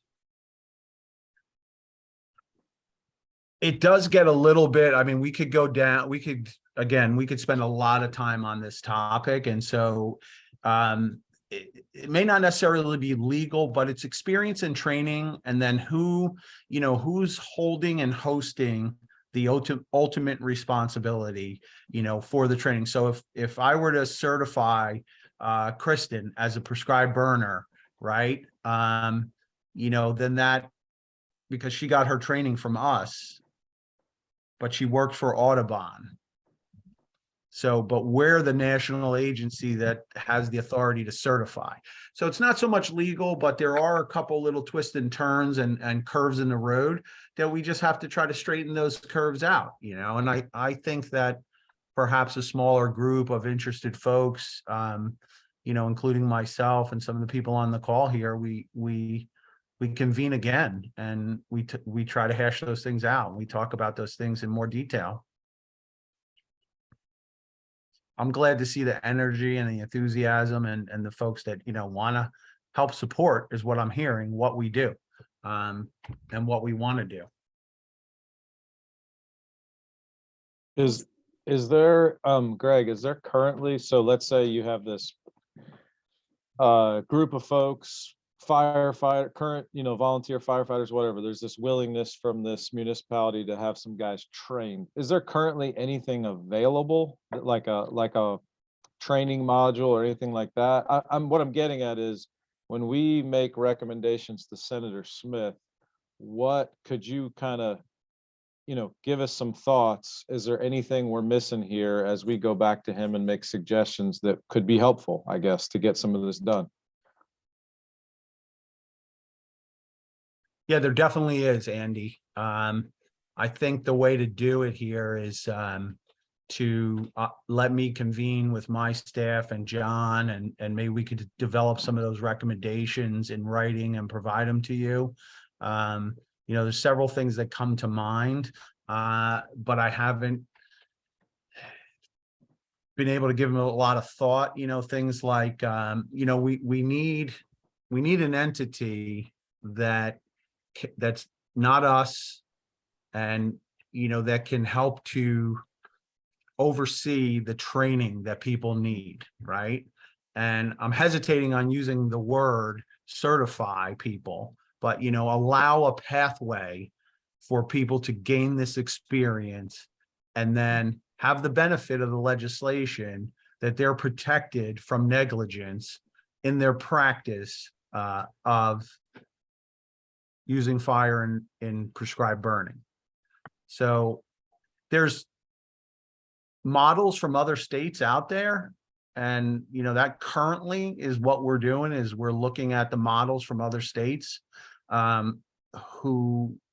Florida, Virginia, that have programs where they're at a similar point that we are in terms of development and capacity building. So if that's okay, maybe we can pull some things together, and we can certainly help if John's okay with it, pointing it in the right direction. And again, I'm more than willing to meet with Kristen and Doug and other folks as well to dig into this a little more. That's great. In some way, shape, or form, these things are kind of all on the list. It's just a question of how quickly we can get to them. Right. And we have this urgency to address them, but there's a lot of priorities. Tom, do you have a follow-up or no? You're good. No, I'm good. Thanks, Andy. Okay. All right, Anjali, it's back to you. Yeah. Yeah. So we're going to go into discussion / clarifying questions. So I asked, it's 5:38. Again, because the conversation has been great. So I thank everybody for this. But I asked everybody to try to keep it to one question and brief. So Sandra, you presented your proposal, so I'm gonna go with Emil. And I encourage everybody to raise their hands if they have a question. Emil, please go ahead. Just on the discussion you were just having, it might be good to think about how to structure something like this by involving the counties like Somerset or Ocean, or, you know, some of the counties that own lots of public forest, rather than figuring out a municipal solution. You know, that's going to be a lot harder. Too many people, too many municipalities, too many people who don't have natural resource staff or anything. So I would think starting with the counties might be a way to try to tackle that beast. But anyway, I just want to mention one thing. I would hope that whatever we recommend to the legislature would focus as much as possible on ecological burning in our public lands. You know, the state already has its priorities regarding hazard reduction. And I wouldn't want to see us going backwards in time. You know, in the mid 1900s, prescribed burning was in many places far too frequent, far too low intensity, and it just wiped out diversity over big swaths of the pine barrens, you know, leaving just thick pinch pines and bracken fern and you know, huckleberries and blueberries, and, you know, very, very poor diversity habitat because of the fact that the burns weren't intense. And so I think we're solving that in the pine barrens now, but I would just worry about, you know, going into the rest of New Jersey, a different problem. I'm just thinking of one teeny little example. Like, we don't know. There are a lot of woody plants and herbaceous plants. Some would respond well to fire, but other rare plants would not. I'm thinking of the rare shrub leatherwood. I only know it from 4 or 5 places, and it's out there. It's easy to not notice, and we don't have any idea if we did a prescribed burn where one of the shrubs was leatherwood, if we would wipe out a rare plant population, because we're not doing the right ecological investigations ahead of setting fire to places. So I just think we have to be careful about burning in northern New Jersey. We have to be burning in places where we're not going to do more harm than good. And fuel reduction should not be, you know, I mean, we shouldn't be looking for, Greg said earlier, quality burns, not quantity. You know, quantity is not going to be important in northern New Jersey. It's going to be quality for ecological purposes. So I just want to be careful about that. Thank you, Emil. Sandra, I just want to make sure you have your hand raised. Do you have a question for somebody else? You can unmute yourself. I'm sorry. Go ahead. Yes, I just want to make clear to all the folks here that the Shade Tree Commission in Princeton would not have put forward this proposal without the support of the local fire department. I want to thank Greg for his responsiveness and his openness. And apparently there are issues that need to be resolved, but there are possibilities on both sides of this equation. The local fire department has so much respect for the state fire service that whatever solution is evolved, they would want it to have, let me say, the blessing of the state fire service, because they value the cooperative relationship that they have with the state. Thank you. Thank you so much, Sandra. Jean, you are next. Okay, very briefly. By the way, I am learning so much by all this. It's very exciting. Anyhow, I think the comments were just made by Elliot about maybe working with the counties first makes some sense. I'm thinking that we should maybe recommend some pilots. For instance, Princeton could be a pilot because they know what they want to do, and it's not in the Pinelands. My major concern is because we have proposals for money. We also have a lot of other proposals other than prescribed burns. So what we need for all the proposals is we're going to need to put them in some kind of priority order. So we're going to need the cost factors for these. And maybe with DEP, Greg talking to, what the other states are doing and what it costs them to do something like an institute or some kind of a certification process.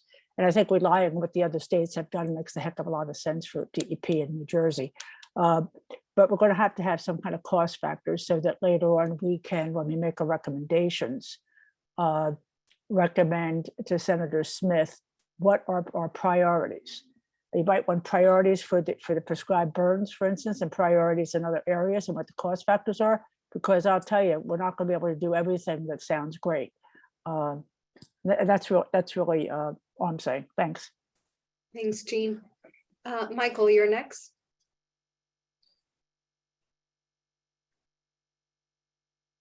Yeah, just more of a, I guess, opinion kind of thing real quick, but I should have put a proposal in if I had thought of it, but it would be fantastic if there were funding for a really comprehensive ecological / hazard reduction in the Pine Barrens. It's been something that's been bottling around in my mind for a long time. Like these little strips around developments, I mean, I'm sure that's great and all, but I think the full landscape scale, pull back and look, you know, what types of habitat should we have?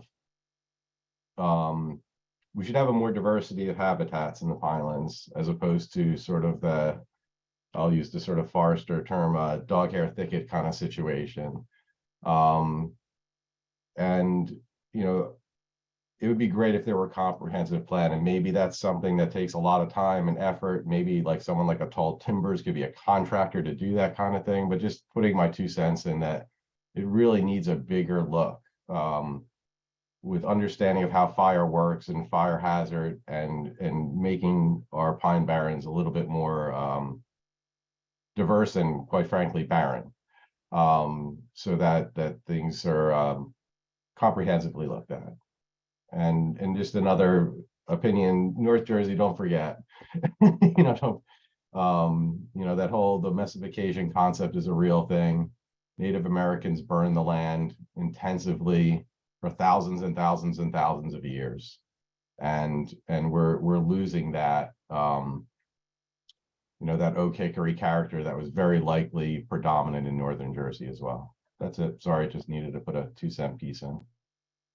Thanks so much, Mike. I just want to sort of provide an answer to your first part of the discussion, which is, I think that's what we are trying to achieve with the framework, which is this big landscape level understanding, like inventory of all of our forests, and then understanding what needs to be managed. And specifically the pines, you know, it doesn't flat out say, you know, look at the pines and conduct more fire, not, you know, along the borders, but more, you know, in depth. But that's essentially what we're trying to achieve. And with this discussion, just putting more meat to the bones with the framework. Eileen, I see you nodding your head, as well as Andy. I don't know if you want to add anything to what I just said. No, absolutely. As Michael was talking, I kept thinking of the framework and the whole planning and inventory component that we put in the framework. And maybe there's a piece we could add to that addresses fire, maybe. I just also want to add that today I was reading about the IRA and all the money that it gives, and there is specifically billions of dollars allocated for forest inventory. So something that, you know, DEP, maybe we should be asking for.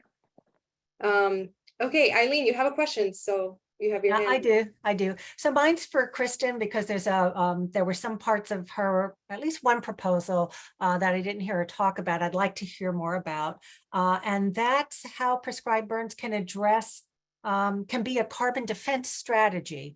We hear climate is obviously one of the major goals that we're trying to address with our public lands, and you did specifically say that these prescribed burns can be used as carbon defense. Could you elaborate on that a bit? Go ahead, Kristen. Yeah, thanks, Eileen. So when we use prescribed fire, especially using it in conjunction with other management techniques, right? The goal is to increase diversity. It's to increase resiliency in our forests, right? We're looking at trying to build up build up that resiliency so that our fires, and I know Greg mentioned this early on, was that, we're looking at trying to use these tools to increase resiliency so they can, so forests can bounce back from, larger wildfires. They can bounce back from things like forest pests. So, we're seeing that in, I'll use an example in the pine barrens, right? The first is the southern pine beetle, that attacks trees that are specifically susceptible and are likely getting, are dealing with issues of, nutrient reductions and light availability and water availability and, and overcrowding. And so you can use prescribed fire as a way to increase that resiliency of those trees that are within the forest. So then they can bounce back from various pests or be able to regenerate effectively, so that we're seeing things. Whereas if we're not using those tools, then what ends up happening is, our forests are attacked by forest pests, invasive species, wildfire, and then you see a massive emission of carbon. So all of those acres of forest can be destroyed at once, and then you have a larger release of carbon. And then, then I'll use in northern New Jersey and kind of bouncing off of what Mike had talked about with that mesification idea of, our forests are starting to shift from that oak hickory to maple beech forest. And this is one, partly because fire is no longer part of the landscape or is far reduced. Northern New Jersey has historically seen about 25 years of a prescribed fire history every about 25 years. So there is a component in Northern New Jersey.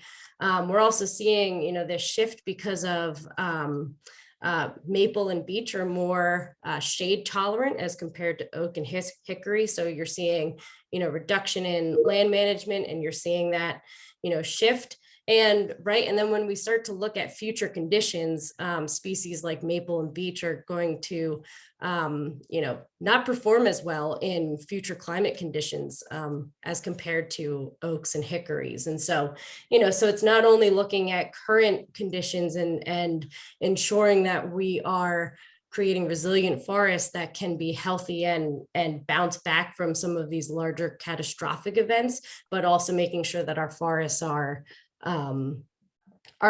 are prepared for the future conditions that we'll likely be seeing in the next several years. Okay, thanks, Eileen. Thanks, Kristen. So I'm gonna take these two last questions from Joe and Leslie. I ask that you both are quick because we're running out of time and we would like to go into a consensus conversation. So Joe, please go ahead. Thanks. Just to follow up on that question that Emil had, where in these proposals collectively is there kind of an assurance that the focus will be on quality and the focus doesn't kind of devolve into quantity as time goes on? Yeah, that's all.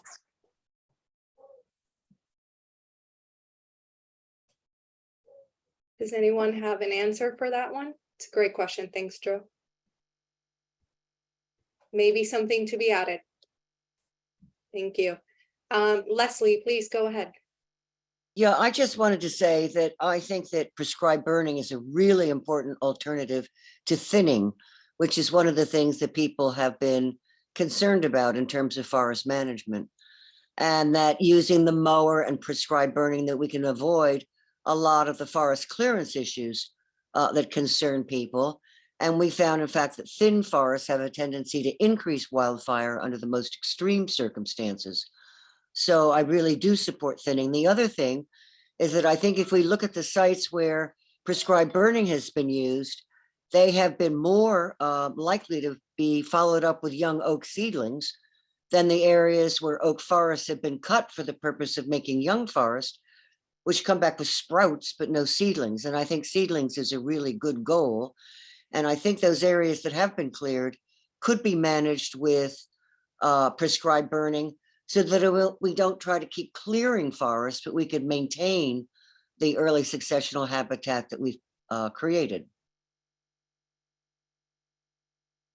Okay, thanks, Leslie. Does anybody have an answer to that? I don't need an answer, I just said it. Okay. All right, Well, Andy, I can't understand a word. That's okay. thanks, Leslie. Andy, I'll turn it over to you for a consensus conversation, hopefully in the last 7 minutes.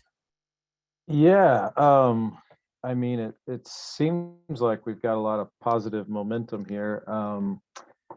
And we had multiple proposals that I think the focus, it seemed like the emphasis was really on kind of creating, more staff at DEP and kind of thinking outside the box for alternatives to increase our capacity, basically to apply prescribed burn on the landscape. I think one thing our framework does, I think we may not have to drill down on a ton of the specifics here, maybe as it relates to where, how, when. I think hopefully that would be the job in the planning stage of our kind of council, our advisors, our ecologists, our foresters, our, tall timbers, these folks to kind of really drive the where, when, and how. But the idea of kind of expanding capacity, I think, is more what these proposals are getting at, I think, Angeli. So what would you guys say? Is there anybody out there who has who disagrees with these proposals, who just has a big problem with kind of the track we're going down? Yeah, just to reiterate what the common theme that you're talking about, Andy, specifically is the ability to expand the capacity within the state via training programs or other similar types of actions to increase the acreage of prescribed burns. So specifically training to increase prescribed burns. That's what you're asking. If people oppose that. Yeah, I guess maybe I would phrase it a little bit differently. It sounds like I think I heard Greg say that, he and others in the department are willing to put some thought into, already have put some thought into, and put more thought into some of the concepts that are being raised here today. And I think it might be helpful to get the thoughts from them before we would sort of move forward on any changes, in my opinion. Because I think, obviously they know this stuff the best and have been dealing with it for decades. And so I personally would be interested in waiting to see what they come up with and come back with. So I'd sort of put that on the table. But it sounds like the general concept is finding some mechanism to expand the capability of parties beyond the DEP, obviously with assistance from training, maybe certification, right? I mean, I think these are the kinds of things that they can come back to us on.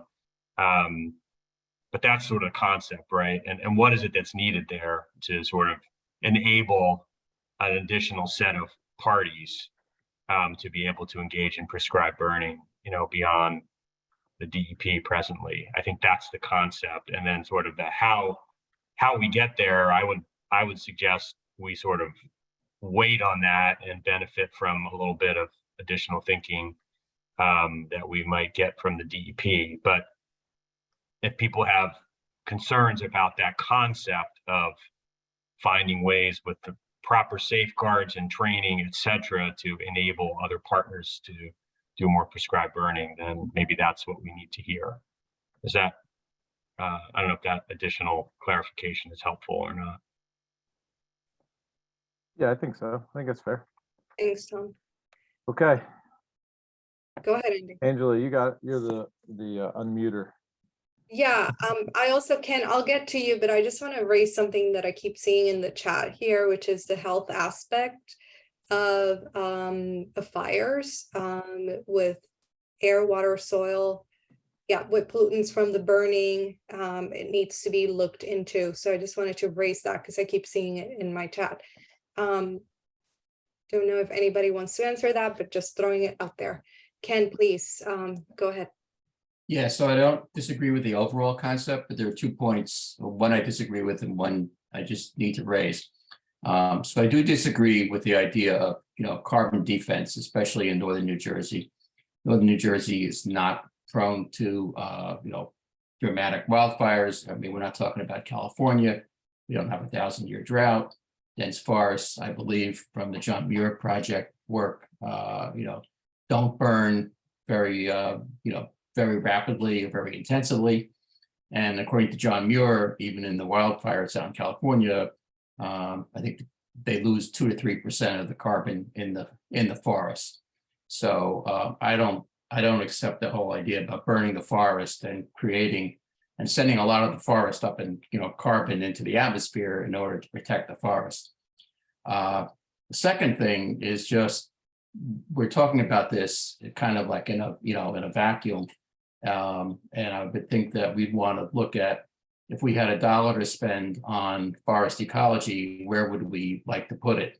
And so it may be here, but it may not be in prescribed burning. Maybe in other things like really, getting a much better handle on threatened and endangered species, especially given climate change. So I don't know that I agree with making decisions, just in this area without looking at the bigger picture of where we could spend our money to help improve forestry. Thanks, Ken. Julia, go ahead, please. Thank you. I've been all over the place on this. I read the proposals. I came prepared to vote no. Then I listened to Greg's presentation and I heard some of the comments and I thought, maybe I should vote yes. Then I heard Eileen say that this is really about the number of people and the number of acres that we should be that's what should be driving this, and I decided I was definitely going to vote no.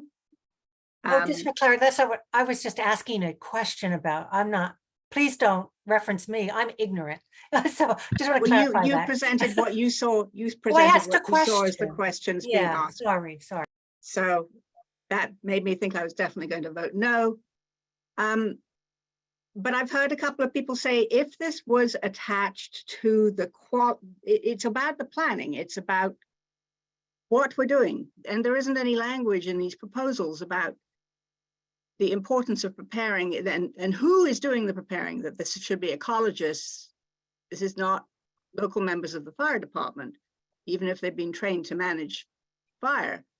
So I completely agree with Tom. I think it is premature for us to take a position on this. I also want to add, Julia, to what you were saying about like total number of acres. I really liked what Joe mentioned about the quality versus the numbers, which is Correct. also what Greg alluded to my first question to his presentation.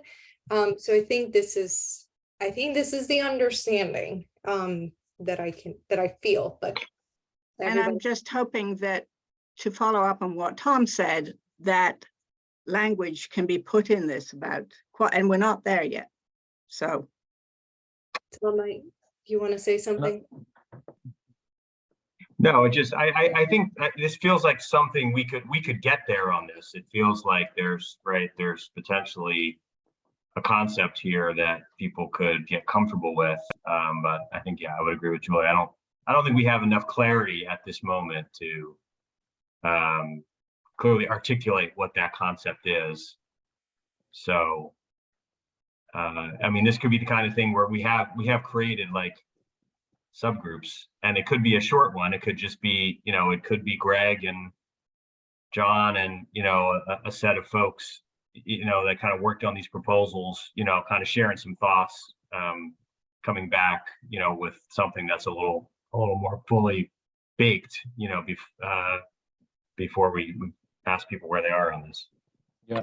Hey, can I ask a clarifying question for Greg? I don't know if you can answer this, but out of the, let's say 20,000 acres of burns, out of those acres, where was the primary objective was fuels hazard reduction, so prescribed burn targeting, reducing fire hazard, and how much of it was targeted, had an ecological goal? So I assume when Emil was talking about that hot fire, that was not predominantly, the primary goal wasn't necessarily hazard reduction, but there was some other ecological goal that they were trying to achieve. If you had to break down the 20,000 acres of burns that happened, what's been the priority? Is it just reductions, or is there actual projects taking place that have an ecological goal? Or as a primary goal, I would say. Do you know that? Is that can you answer that like 80-20, 90-10, 0, 100? I would really be taking a wild guess, and I don't even know that if given time with our data analyst folks and our GIS folks that I could even tease that out, so to speak, without going to the plan. But I'll take a guess for you. I would say it's probably 30%. I would say that, you know, you have, if you look at the numbers, you have roughly 25 to 30% of the fuel type grass. Grass is a flashy, fine fuel. A fire can start in really quickly, but a lot of the work that we do with grass and grasslands is perhaps also geared towards habitat. And, you know, again, we're exploring on a small scale. I mean, we received a grant to look at specifically areas that suffered canopy loss from insects like southern pine beetle, gypsy moth. Sorry, I know there's a new term for gypsy moth now. The emerald ash borer, and how we can, you know, so now you have the sunlight that's come in. This is stimulated this abundant growth of invasives, and how we can use fire in those areas where those combination of factors have come together and try to restore. It was actually, the name of the grant was Landscape Restoration Grant. So we're working on some of that in a practical and experimental way.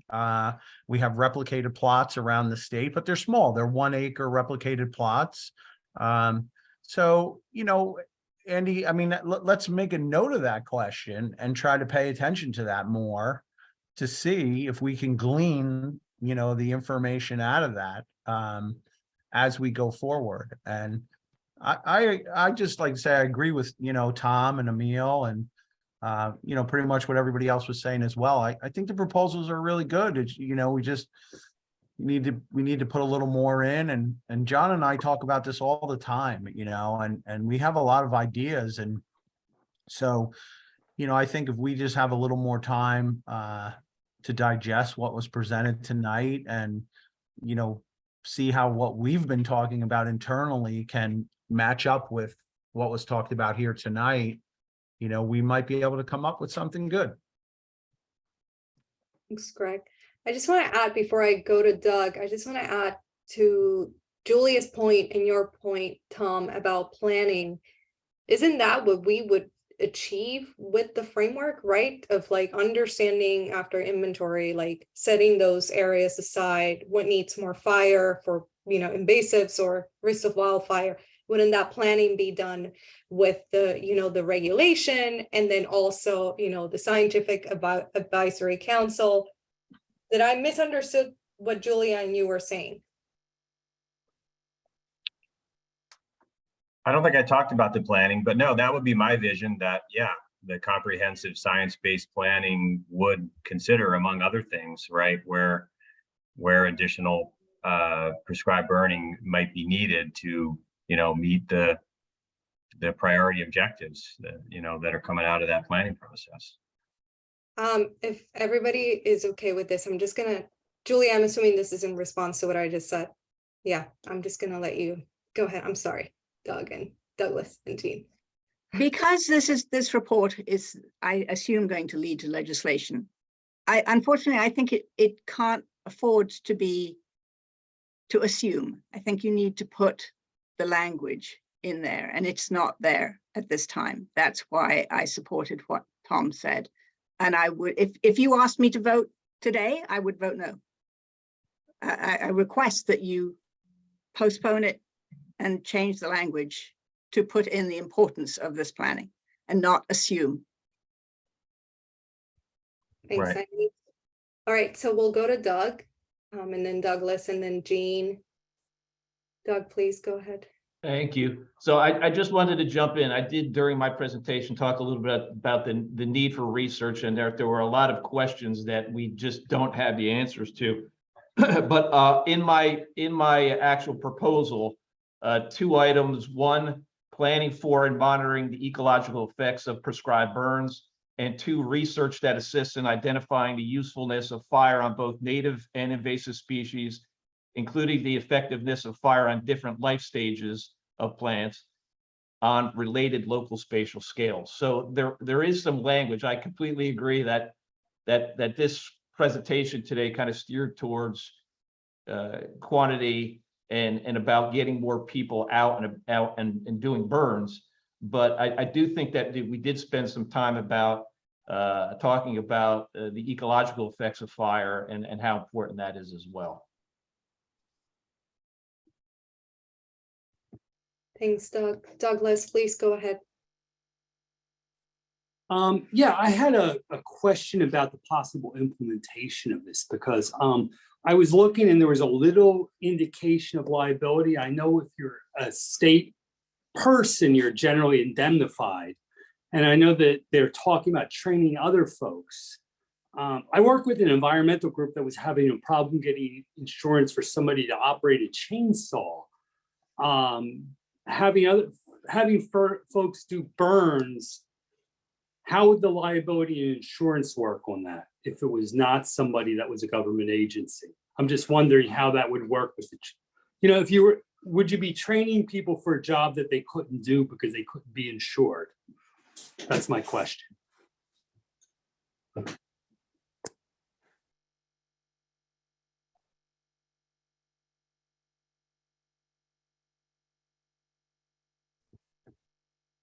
I don't know if this, can you hear me? Yeah, I'm not on mute. I don't know if this is a question for Greg and John, but I don't think there's anybody that can answer this. I'll just offer, I think it's an important point that it's going to need to be investigated. There are firms out there that offer insurance for prescribed burning to nonprofits and private entities and the like, but it needs to be explored more deeply. Thank you, John. Jean? Yeah, hi. To me, going back to what the purposes of this for the senator is, in my mind, number 1, the climate crisis and reduction of carbon emissions, because it's in our face and things are getting worse every second. Secondly, reduction of hazards. And third is the ecological goals. And I believe strongly that the next 10 years, maybe even 20 years, the carbon reduction is critical to the entire world, not just New Jersey and not just our forest and not just our ecology. And so I really think that that prescribed burns for ecological habitat issues is not as important as it is for others. Now, if it's invasive species, that's one thing, because they're horrible little buggers and they're really, and then plants, and they're really not doing us well. But doing it for increasing certain birds, for instance, I would not, I mean, clearly I agree all the studies have to be done, and that's part of it. It has to be very definite about that. And it should include all this with the experts. But a concern for retaining our certain species and doing a burn for that, I would not do that. I would testify against doing that until we have a study that shows how much carbon would be released from doing those prescribed burns. So I would only recommend prescribed burns in the areas where you're talking about invasive species at this point in time, and then obviously for hazard prevention, because those 2 things are, I think, critical. But I would not do any prescribed burns for helping with new habitat for birds and other critters until we know what the carbon impact, the carbon release would be, because we are beyond crisis status now with carbon emissions. Thanks. Thanks, Jean. So I'm going to end it with Nick. Nick, please go ahead. Can you hear me? Yes. Okay. The only problem I had, the The one question I wanted to ask was, the word silviculture comes up, and then we had reforestation, afforestation, but I don't understand why we can't change the paradigm to a pro-forestation theme. It's more cost effective. And I believe, I agree that, especially in the north, if we are going to have any prescribed burns, it has to be some type of invasive controls. But I don't know why we can't settle into a concept of pro-forestation. And the chart, when was the last time and where was fire used concerning silviculture in New Jersey? So the word silviculture is still, it's upsetting me. Okay. Thanks, Nick, for that. So can I suggest maybe how we move forward?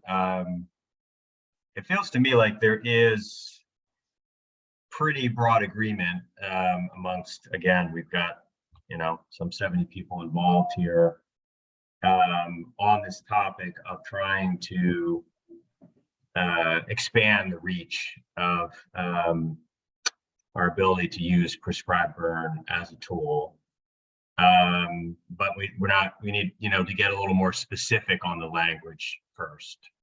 So I would suggest we just kind of table this for the moment, that we await and get some further input from the DEP. And then based upon that input, the co-chairs take a whack at trying to revise the language that we have on prescribed burning as appropriate, reflecting the different kind of comments and concerns that we heard today. So kind of table it for the moment and let us do a little more work on the topic, especially with the benefit of getting some further thoughts from the DEP as a next step. I think I just want to add to that, Tom, that overall, and this is my opinion, what we've heard is that we're all in agreement with the idea of expanding the resources for prescribed burning, county or municipality or nonprofits. Overall, I think we can say that we reach consensus on that. And it's just more getting into that weeds of what you're saying, Tom, the language when it comes to the planning and what DEP comes back with. So, yeah. Yeah. Andy?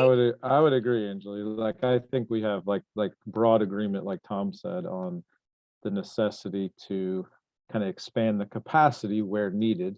But the specifics maybe need to be clarified just a touch. So I do think in my mind, it's like we've reached a level of consensus. We just have to clarify a few details. Yeah. And we can kind of include this as part of our submission to Senator Smith, I think. Mm-hmm. Also to celebrate this has never happened before, so I just Well, we did get I just want consensus to on a throw few that things. out there. So thank you, Greg. Thank you, John. Thank you everybody for the awesome questions. But Ken, I'll finish with you. Please go ahead. Okay, I just like to see a vote. We may all agree, but we only have 68 people here. There's well over 200 on the task force altogether. So, well, I think we have a lot of agreement. I would just like to see a vote before we declare anything to be consensus, given especially the high standard of 95% agreement for consensus. We have diverted from the vote, as we've explained before, for various reasons. And I think the consensus it's reached with who is present in the calls. But thank you for that. Andy, Tom, I don't know if Eileen is still here, if you want to add to that. I'm sorry, I didn't understand what you said about the vote. Diverted from the vote? Yeah, we haven't done an official vote, right? It's We haven't voted on anything. We've kind I know. of away from that. Right. I agree. And it's always with whoever is present in the meeting, I'm right? just saying So- we should vote before calling it a consensus, that's all. That's not how it has worked. You haven't reached consensus on anything, like officially. Well, yes, a couple of proposals at the beginning, They're thankfully. changing the ground rules here. We understood consensus was based on voting. And you set No, up a no, whole that was voting not what we structure. said, Ken. We No. never said that. We said at the outset that consensus was the vast, vast majority of the group. If you have a handful of people who are in disagreement, you can still have consensus. But if the vast Right, Didn't have majority, that in the But beginning. that was defined by voting, not just having. no, it was not, Ken. No, it's That's by revisionist disagreement. history. It was never defined by Yeah. voting. We said if in the event that we could not reach consensus, we might consider voting. Yeah. But then we abandoned that after we couldn't reach consensus on how to vote. So Nope. there was never That's agreement besides on the how to point. handle a voting process. So we dispensed with that, with voting as a mechanism. Okay, that's news to me. However, at the end, whatever language we revise in terms of this issue will wind up in the framework. And at the end of the day, there will be a final opportunity for organizations and individuals to determine if they're supporting the framework or not. So, it's not exactly a vote, but at the end of the day, there will be that, that opportunity around the final framework. That's where we're headed. All right, well, I think things ought to be more formal than that, but that's my opinion. Thanks, Ken. Julia, and then after Julia, and I keep saying, and then after this person, and then after this person. So Julia, please be brief. And then, sorry, Leslie, I cannot keep going because it's 20 after. So please, Yep. Julia. I just wanted to say that without seeing the language, I cannot support. So I just wanted to make sure that it was understood that I was not saying I supported. Yes, it's been understood. We understand. Julia. Thank you. Okay, I think we should stop. It's 20 after. I think it's been a very good meeting. And I thank everybody for coming, for your time, for your patience. Thank you so much, John and Greg, for Absolutely. your time and your knowledge and your dedication to this work. Andy, Tom, Eileen, you want to say something before we go? Nope. Thank you all. Have a good Okay, night. see many of you tomorrow.